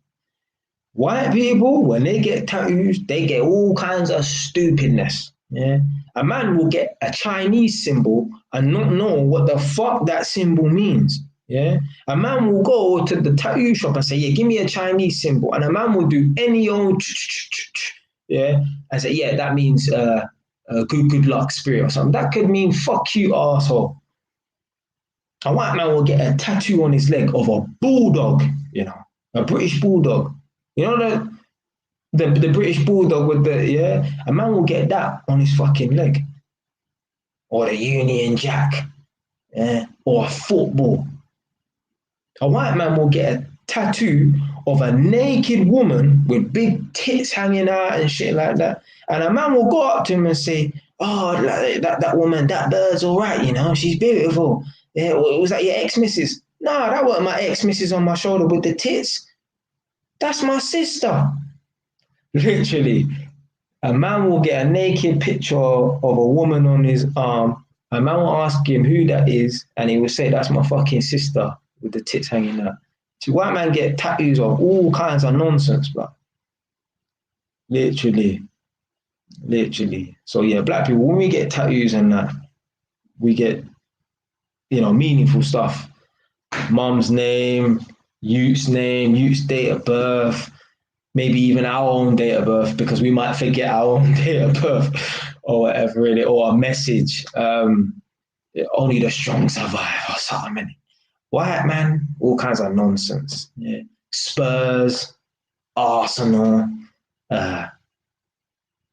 fucking obviously naked women, bulldog, some stupid Chinese symbol that a man don't know what the fuck that really means. Yeah, a man could just be doing a slash squish squish and that's it. A man thinks that's Chinese. Yeah. She's fucking laughing. Oh my days. Hangman, you know. See what I mean? Hangman. Why do people get some dumb tattoos, you know? Hangman, you know.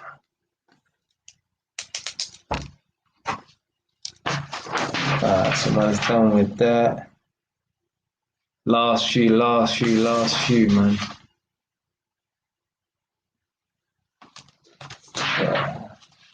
down to the last couple. Right, what am I gonna do? What am I gonna do? What am I gonna do? All right, since I made Nadia laugh, we're on the humor side of things. So humor, black people, our humor is a lot different to white people.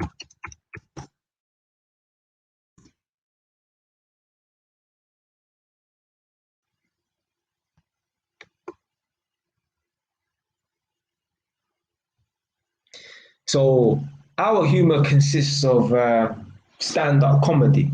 Yeah? Not just stand-up comedy. Obviously, we like sitcoms as well. My wife and kids, Fresh Prince of Bel-Air and stuff like that in it. Yeah, but like when we yeah, our humor is just a lot different in it. So our humor and our comedy stars are people like Steve Harvey, Dave Chappelle, Chris Rock, uh, Kevin Hart, Bernie Mac. Big up R.I.P. Bernie Mac.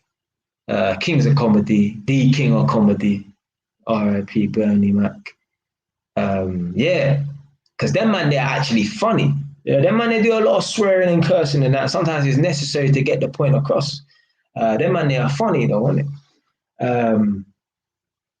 Yeah, that's our humor. That's who we look up to for humor, and that they're the leaders of humor in the black community. And that. White people's humor, their stars are a lot different.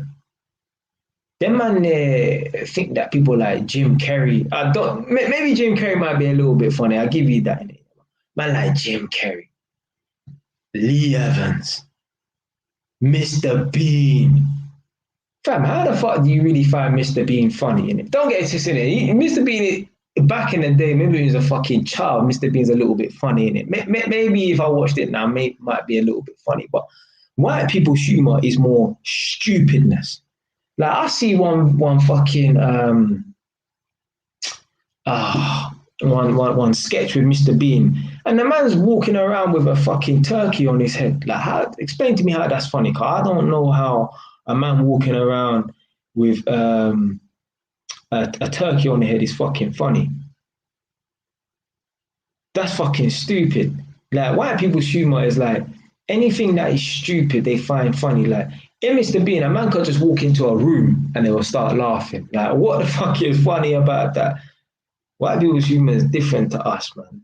We yeah, but there's certain things we find funny and yeah, we don't rate. Oh, to be fair though, that Michael McIntyre, he did make one funny joke though when he's talking about American people and that, and he's talking about eyeglasses and that was funny still. But yeah, white people's humor is just yeah, it's all about being stupid for them. Like, like only white people would find a man that is a cross dresser funny. Was that what they called that thing, Mrs. Brown's Boys or whatever in it? Yeah, that I don't find that funny. Yeah, I don't find that funny. I think that's fucking stupid. Yeah, in the black community, we don't have no cross dressers who are comedians. We don't really find that stuff funny. To be fair.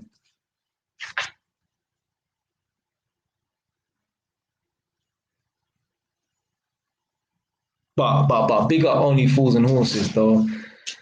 Yeah, that got man through a few Sundays in jail still, not gonna lie, fam. Yeah, so only fools and horses are right. That will be around for the longest, man. That's a good British comedy, I'm not gonna lie. Yeah, I'm not gonna lie, man. But yeah, white people's humor goes down the dark side, goes down the dark valley as well, because them man they will make jokes about pedophiles and that. Like I've had man make jokes at work saying so I was at work and I was working with this older guy who's like 60. So I'm all 28, my supervisor's 40 something, and this older guy's like 65. So my supervisor's like in between our ages or whatever, innit? And the supervisor said to me, has he tried to touch you yet? Like, come on, fam. Like, as man making jokes about stuff like that. Like, they like gay jokes. Yeah, black man, we don't make jokes about being gay. We don't make jokes about being a nonce or a pedophile. We don't find that stuff funny. it's not even that we're serious. It's just like our humor and our comedy is yeah, we don't find that shit funny. Like one thing you do have to rate about white people, they go out their way, because black people will never do this. They do this thing called nonce stings. So what they do is they set up Facebook groups, and it's like parents who they want to catch pedophiles and arrest them, citizens arrest. And they literally pretend to be little girls, and they talk to pedophiles and say, yeah, come and meet me in Tesco car park. And then they go and meet them and they bag them basically, innit? And they wait for the police. So yeah, you have to big up white people for that, because obviously they're helping, you know, clean up the shit off the streets and that. But yeah, they make jokes about being fucking being gay and stuff like that. Black people, we don't make jokes about being gay. We don't find that funny. In the story, that's what it is, isn't it? We don't find that stuff funny, being gay. There's nothing to even make jokes about. But yeah, man's coming to the end still.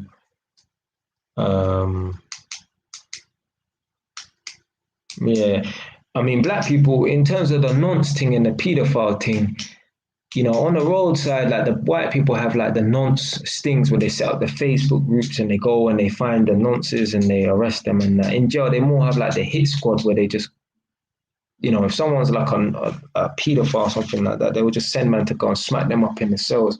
So yeah, I mean, don't get it twisted. Like,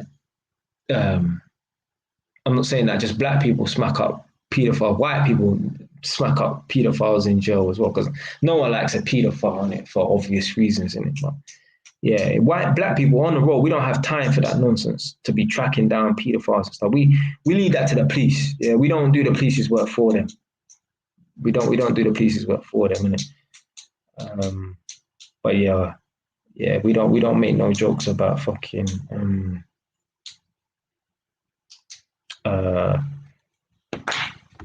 nonsense and that.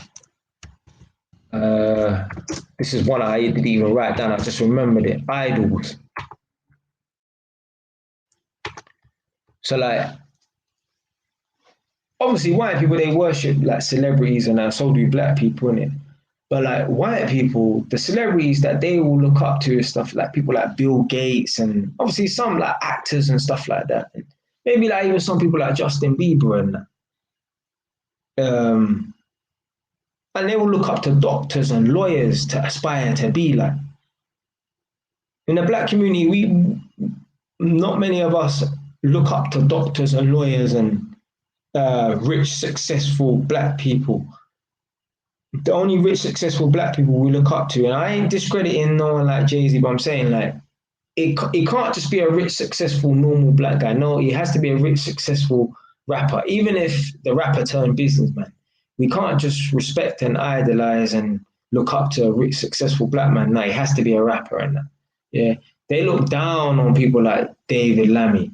Yeah, they look down on certain rich black people and that, because a man's not on the road. The man don't have that hood energy in that. Yeah, a black man don't look up to a black doctor or a black lawyer. A man just look at him like he's a neek. Who the fuck's MLK?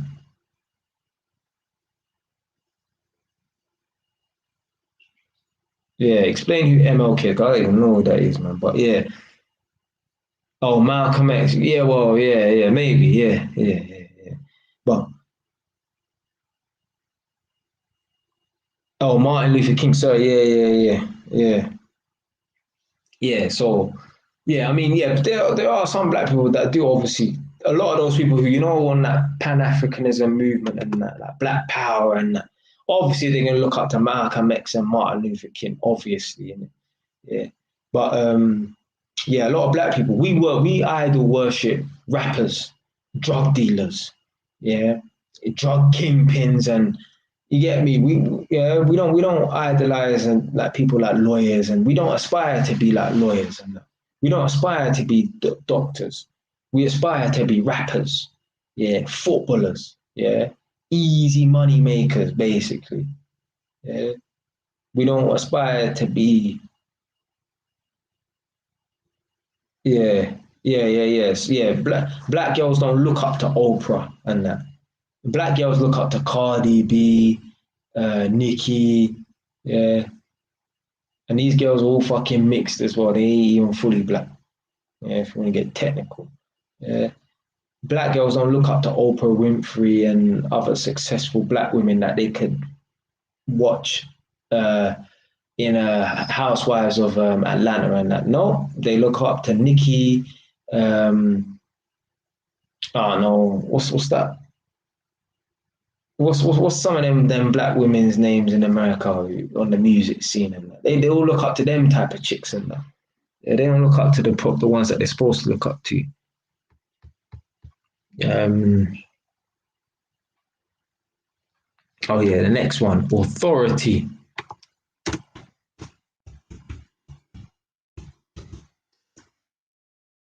Yeah, that's it. Megan Thee Stallion. That's what I was fucking thinking. Yeah. Next one, authority. Um, I reckon white people are naturally more submissive to authority. They like having authority figures. They take pride in having a boss. Like, yeah, my boss. Like talking about their boss. Like, well, yeah, my boss heart, my boss this, my boss that. They like having a boss. They like having a superior. They like being inferior to some people. Black people, we don't take pride in authority. We don't take pride in having a boss.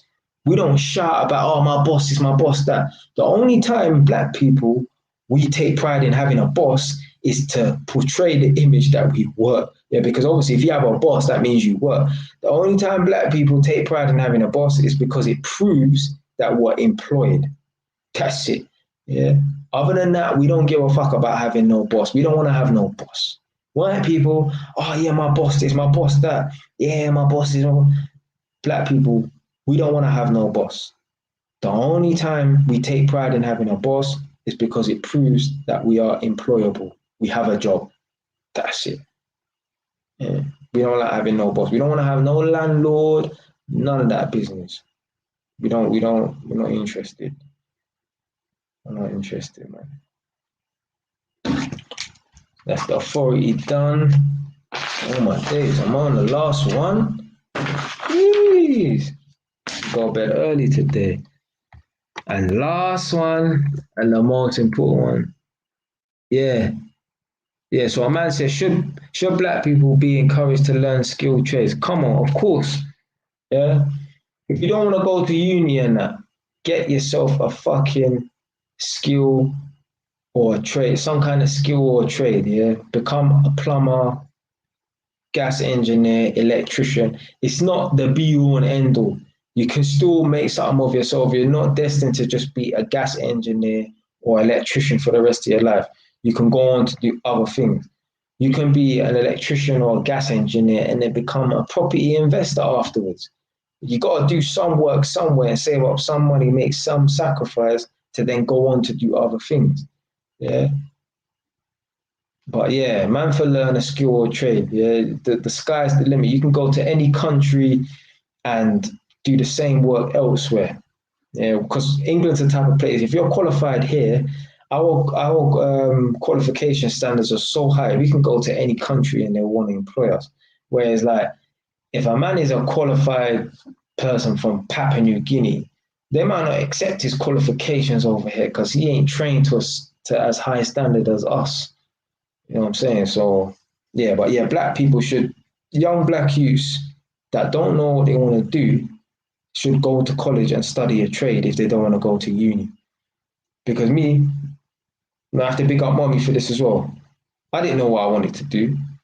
And I had a family member who he drives a nice car, has his own property, and my mom said, well, look at him. He's doing well for himself, always looks sharp, has money, has his own property, has a nice car. Why don't you go and become an electrician if you don't know what to do? So I was like, fuck it. And now I've got my own properties. I've got three, two in this country and one in Egypt, all from a trade. Yeah, so yeah, if you don't want to go to uni, get yourself a skill or trade. It's one or the other. Yeah? Well, you can do both if you want, but one or the other usually. I ain't gonna say which. I'd say go to uni because once you get a degree, as long as you get a good job, He could be earning like I know a man with a business degree, and you know business degrees are so ambiguous as well. Like everyone's got a business degree, but everyone's working in a field that ain't got nothing to do with business really, or they work for some shit fucking wage, or they ain't got a job in that field. But I know a man with a business degree, and he's only £500 a day. Yeah. So yeah, if uni ain't for you, get a skill or a trade, man. Learn to become a mechanic or an electrician or a gas engineer. Do that, man. But yeah, saving the best for last. Oof, that's where you want to come from, man. But sleep.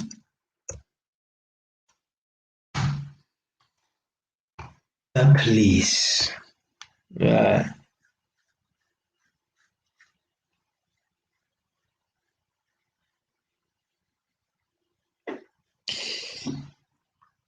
Let me adjust my camera. Yes. The police.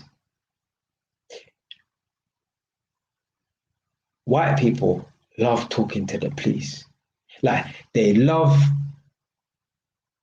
police attention. Yeah, they don't want to get into trouble by the police. Don't get it twisted. But they love police attention. They love little arguments and drama with the police and that. Like literally, man, see it all the time like, on TV. I've seen it like around here and that. There'll be little dramas outside and shit, and the police turn up, and white people love it. They will come out and they will stand up in their dressing gown at 2 p.m. with a cup of tea in their hand, talking to the police about some argument with the fucking neighbor and shit like that. They love it.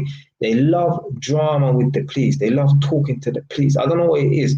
Like I said in one of the previous ones, talking about authority, they love authority figures. I don't know what it is. Like black people, we don't like talking to the police. We don't talk to the police. Yeah. We avoid talking to the police. Even me, I'm a man who says, behave yourself when you're dealing with the police and that. But even me, man, I don't talk to the police. I don't talk to the police, man. Like even like my car the other day, someone went into my car and stole my stuff. I can't even say my car was broken into. I forgot to lock my car. Someone went into my car and stole my stuff. I didn't call the police.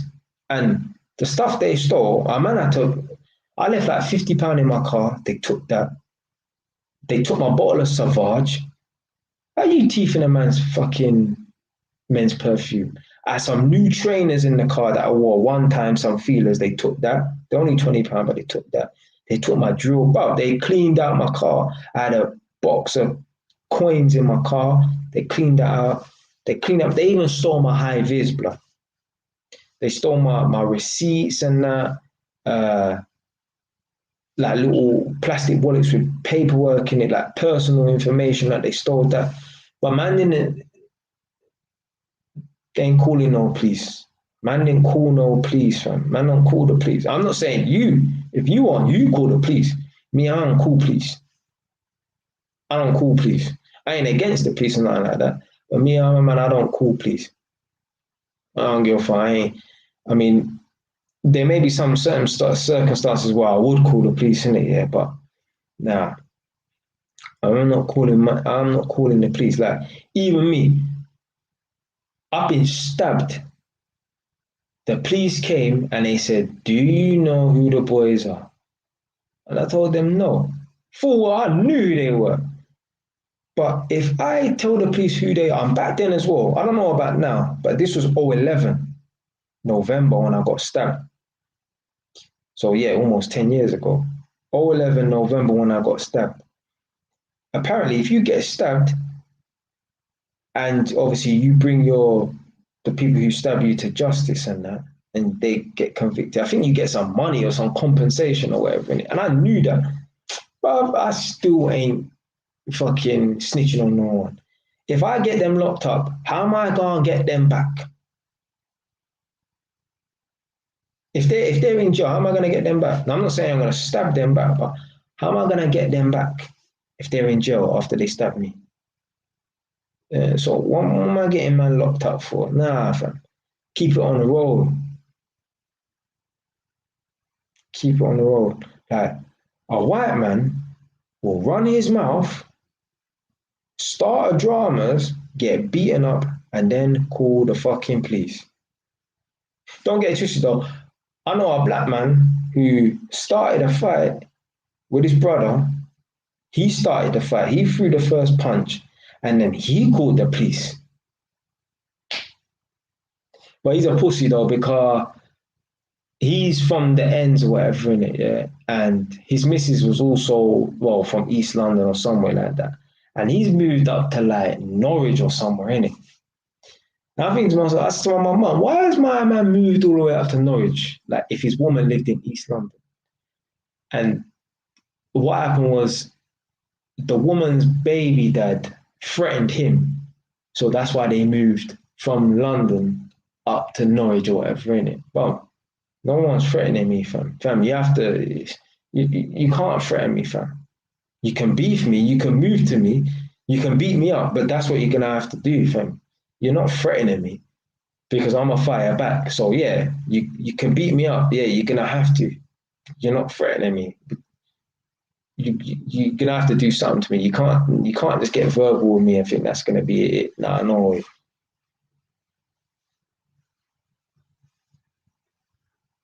What were you talking about? About them being in jail?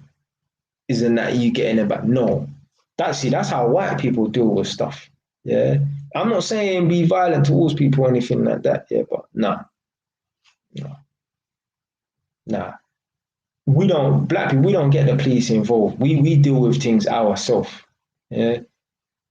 Again, my car got broken into. I'm not calling the Jakes. What am I calling the police for? Man, don't call the police, blood. Maybe under some circumstances, maybe I would, but if I'm like a victim of crime, I'm not calling the police. Blood, a man's been on for 3 hours and 11 minutes, you know. But I'm going off in 5, 10 minutes. I'm at the end now. Oh, Thomas Smith, you're late, fam. But yeah, 3 hours and 10 minutes. But yeah.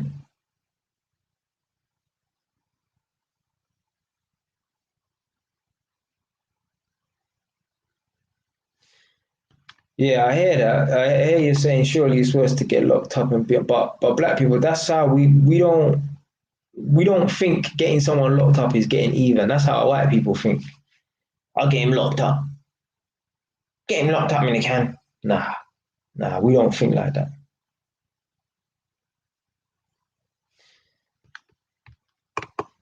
All right, so boom, I've got like 280 pages in my book. I'm at like 210, so I've got about 70 pages left.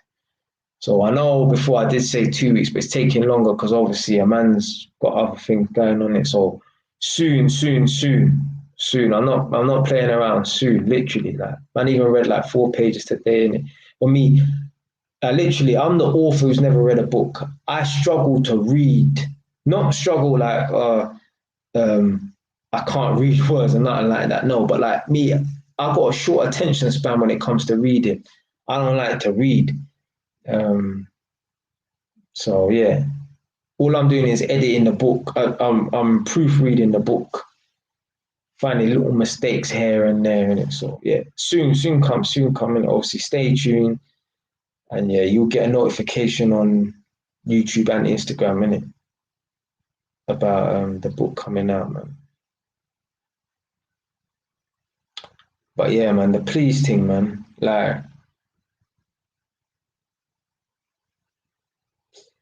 I'm in a situation where, boy, like, this is what I'm saying. Like, white people, they don't know how to not talk to the police. Black people, we naturally, like, we'll run our mouth to the police, but we won't give the police information. Yeah, we know how to keep our mouth shut. Yeah, white people don't know how to do that. They will talk and not even know that they're giving the police information and that. But a man's had it before, blood. A man's had the police come for a man, they're looking for something, and a white person who's around, man, has said, yeah, it's over there, what they're looking for. Not thinking that, blood, you could be incriminating me, you know, by the police coming. Yeah. And then they're saying, oh, Yeah, I saw him with that in his hand, and I'm like, bro, you're incriminating, man. What are you talking about? Like, don't you understand what you're saying? You're mad. You're mad. Black people didn't even put themselves in that shit because we've always been taught from day one, don't talk to the police. Don't talk to the police. No comment all the way.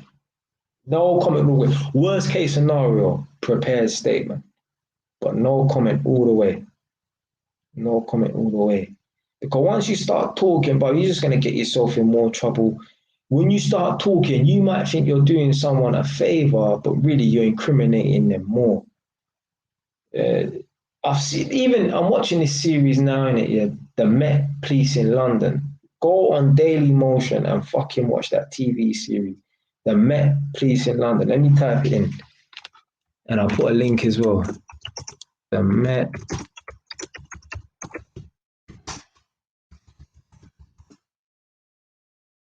The reason why I got onto watching that as well is because one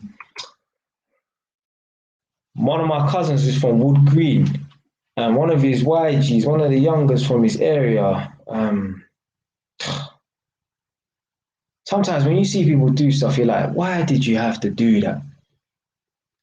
My youth posted up on his Instagram or Snapchat saying like, yeah, I'm here, innit? Anyone want beef, just come, basically, innit? And then some youths have gone down to Wood Green on a moped, circled the block, started shooting at the cinema. He's ran downstairs to move to them, and he got shot in his head at a door. That was one of my cousin's people, whatever, in here. So when I saw that on one video, because it's local to where man grew up, man wanted to watch the full video about how he got killed and that, innit? Yeah. So R.I.P. to my man, innit? Yeah. Yeah, R.I.P. Lamps, innit? But yeah, I wanted to watch the whole of the video, innit? So yeah, I've gone on to the TV series, The Met Police in London. And yeah, I've just been kind of like watching some of the other videos and that, innit? And some of the way these people get caught for crimes and that, I'm like, bro, don't get it twisted. Man ain't promoting crime or nothing like that anyway, bro. Some of the way these people get caught is like they're so stupid. Like even stuff like, come on, man, like this shooting at people is one of the dumbest things you could do. If you shoot someone and you kill someone, yeah, people don't understand. Like you think that as long as you've gotten away and they don't find the gun, yeah, that you're gonna get away with a murder and that. But you need to realize, yeah, once you discharge a firearm, even if you throw away that gun, even if you chop that gun up into 100 pieces and throw it in and no one can find it, they do this thing called ballistics, yeah, and basically they can identify that bullet and the gunpowder associated with that bullet, yeah, because when you discharge a firearm and you shoot someone, gunpowder goes on you because obviously the gun's in your hand, innit? So the gunpowder is going to be on your arm and your chest and that. They will match that gunpowder to the bullet that's in somebody's head.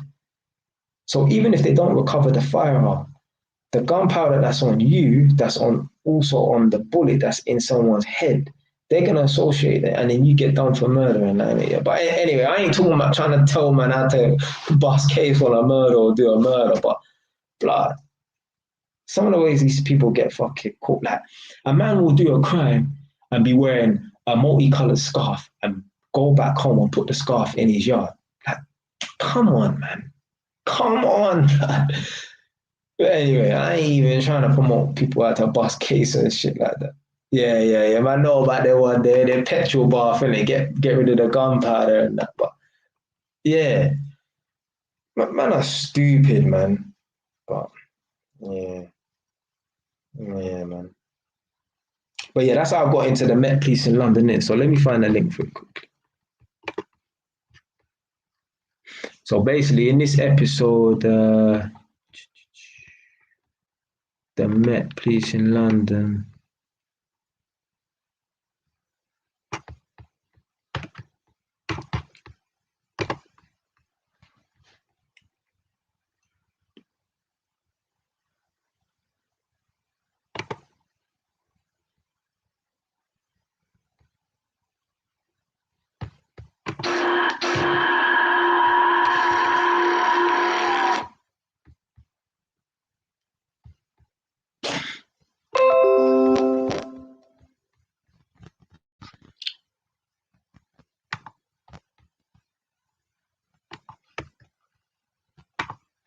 Yeah, so this is the Met Police in London. This is the link for it if you want to check it out. Let me see if I might have to approve it because sometimes the links don't. But yeah, so yeah, it's a good TV series to watch still. Especially if you're from London as well, like you might even live in some of these areas that they're doing the thing on. So yeah, you might find it interesting still. Not every like there's I think there was 3 or 4 seasons of the Met Police in London, but um what do you call it?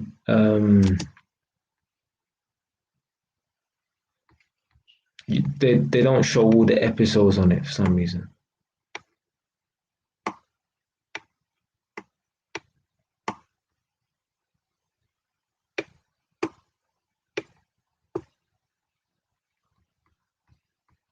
But yeah, the links they are, yeah, he said it's working, yeah. Do you know how long that took me to do you know why? Because I always got about 15 tabs open on my laptop. I need to stop doing that, man.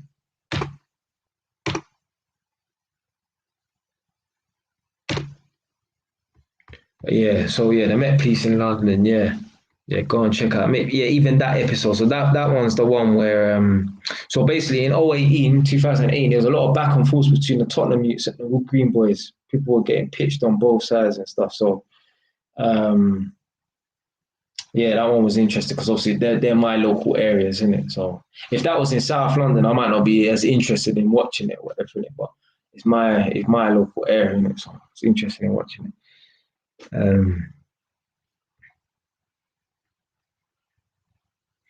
But yeah, so yeah, we don't talk to the police and that.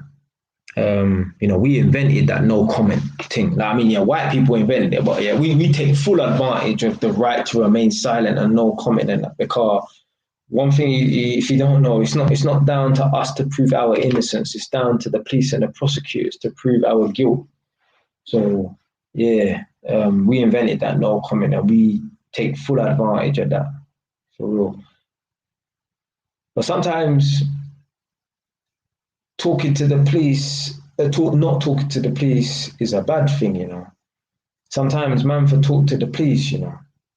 Because my cousin got killed and there was someone there who saw the whole thing, one of his family members, get me tight. And all the police needed was someone to say it was him. So what happened is the youth must have got nicked, but because no one was willing to testify or whatever in it, they had to release him. Um, so yeah, my cousin's killer's walking free now, innit? Um, yeah, and my cousin was with people, and someone who he grew up with was there, and you would have thought the person would have said, you know what, fuck it, I'm gonna talk, I'm gonna tell the police who it was or whatever, innit? But sometimes man take this cold of the road thing too seriously and this not snitching thing way too seriously, and yeah, it's resulted in a murderer walking free. So yeah, certain man need to weigh up. Is it worth upholding this code of the road thing, um, or should I let my family member's killer walk through?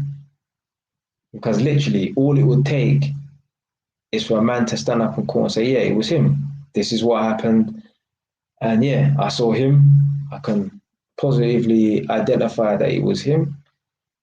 And that's it. A man's family could get some kind of justice for their son, or whatever in it. But a man don't want to talk. So now, see a man's cousin's killer's walking free. So there's certain situations where certain man need to talk.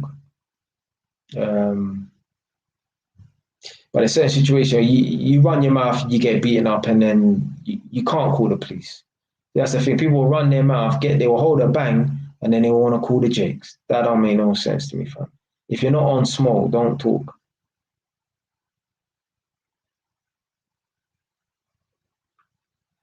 Nah, it wasn't a situation where a man was worried about retaliation. Nah, nah. I'd positively say, nah, I don't think so. 110%. It was more of I ain't no snitching, no snitching, no snitching. It was one of those ones. Yeah, yeah, man. That's what. Yeah, that should be.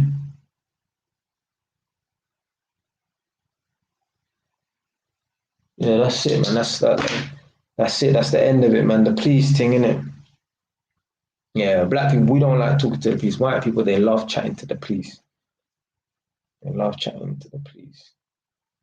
Um, oh, one other thing they like doing as well, they like going out in their dressing gowns and that. Like they like walking down the road barefooted to go to the shop. I'm seeing people walk around on the streets at 2, 3 o'clock in the afternoon on a Saturday or Sunday in their dressing gown going to the shops. No, don't get it twisted. Man's done that before like a madman. That was years ago. I would even go out the front of my house in a dressing gown. Like I might do a live stream on YouTube or video on YouTube, but I don't leave my house in a dressing gown. Not even to go to my car, which is on the opposite side of the road. I don't do that. I see white people walking down the street barefooted to go to the shop. Like the shops are a minute away. I don't give a fuck. I don't give a fuck if you lived above the shop. I'm not walking out of my yard barefooted to go to no fucking shop. I don't even go out of my house barefooted, regardless. It's almost like not in not such a bossy way, like oh we run the streets or whatever. But it's more like I'm so comfortable on this road. Like they might even live on the road. I'm so comfortable on this road. I'm gonna walk the ends barefooted in my pajamas. When I say barefooted, I mean like literally barefooted or in socks. No shoes, no slider, no trainer. Barefooted.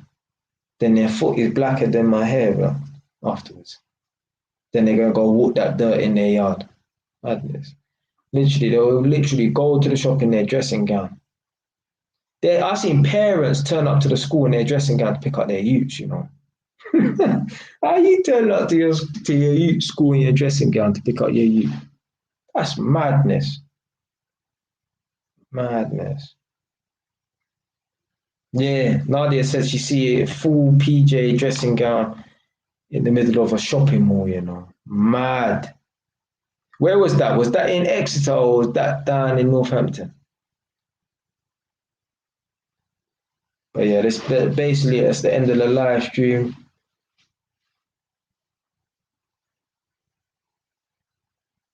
Yeah, whoever's still here or get me was in the live stream earlier, respect for watching, respect for hanging on. Yeah, even if it was only 5 minutes, get me. I respect the watch time, innit?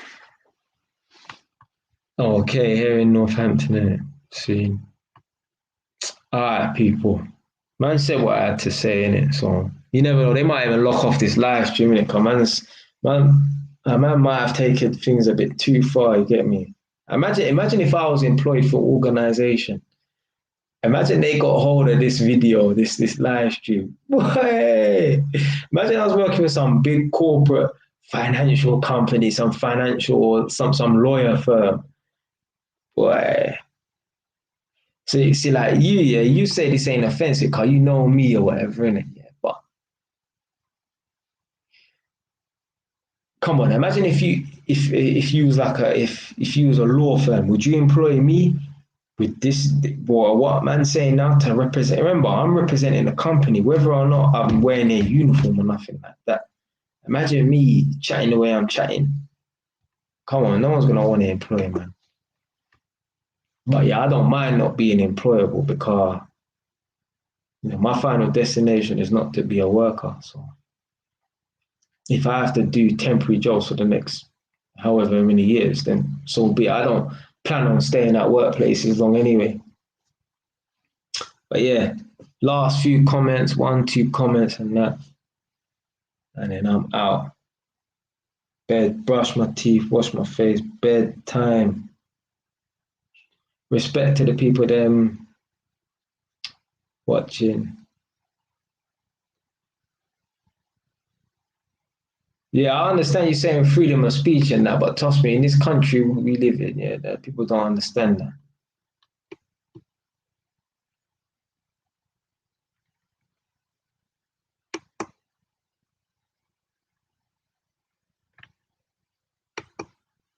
Yeah, I hear that, I hear that. All right, then, people. I am gone. Respect for watching, innit? Stay tuned for the next live stream. Done now.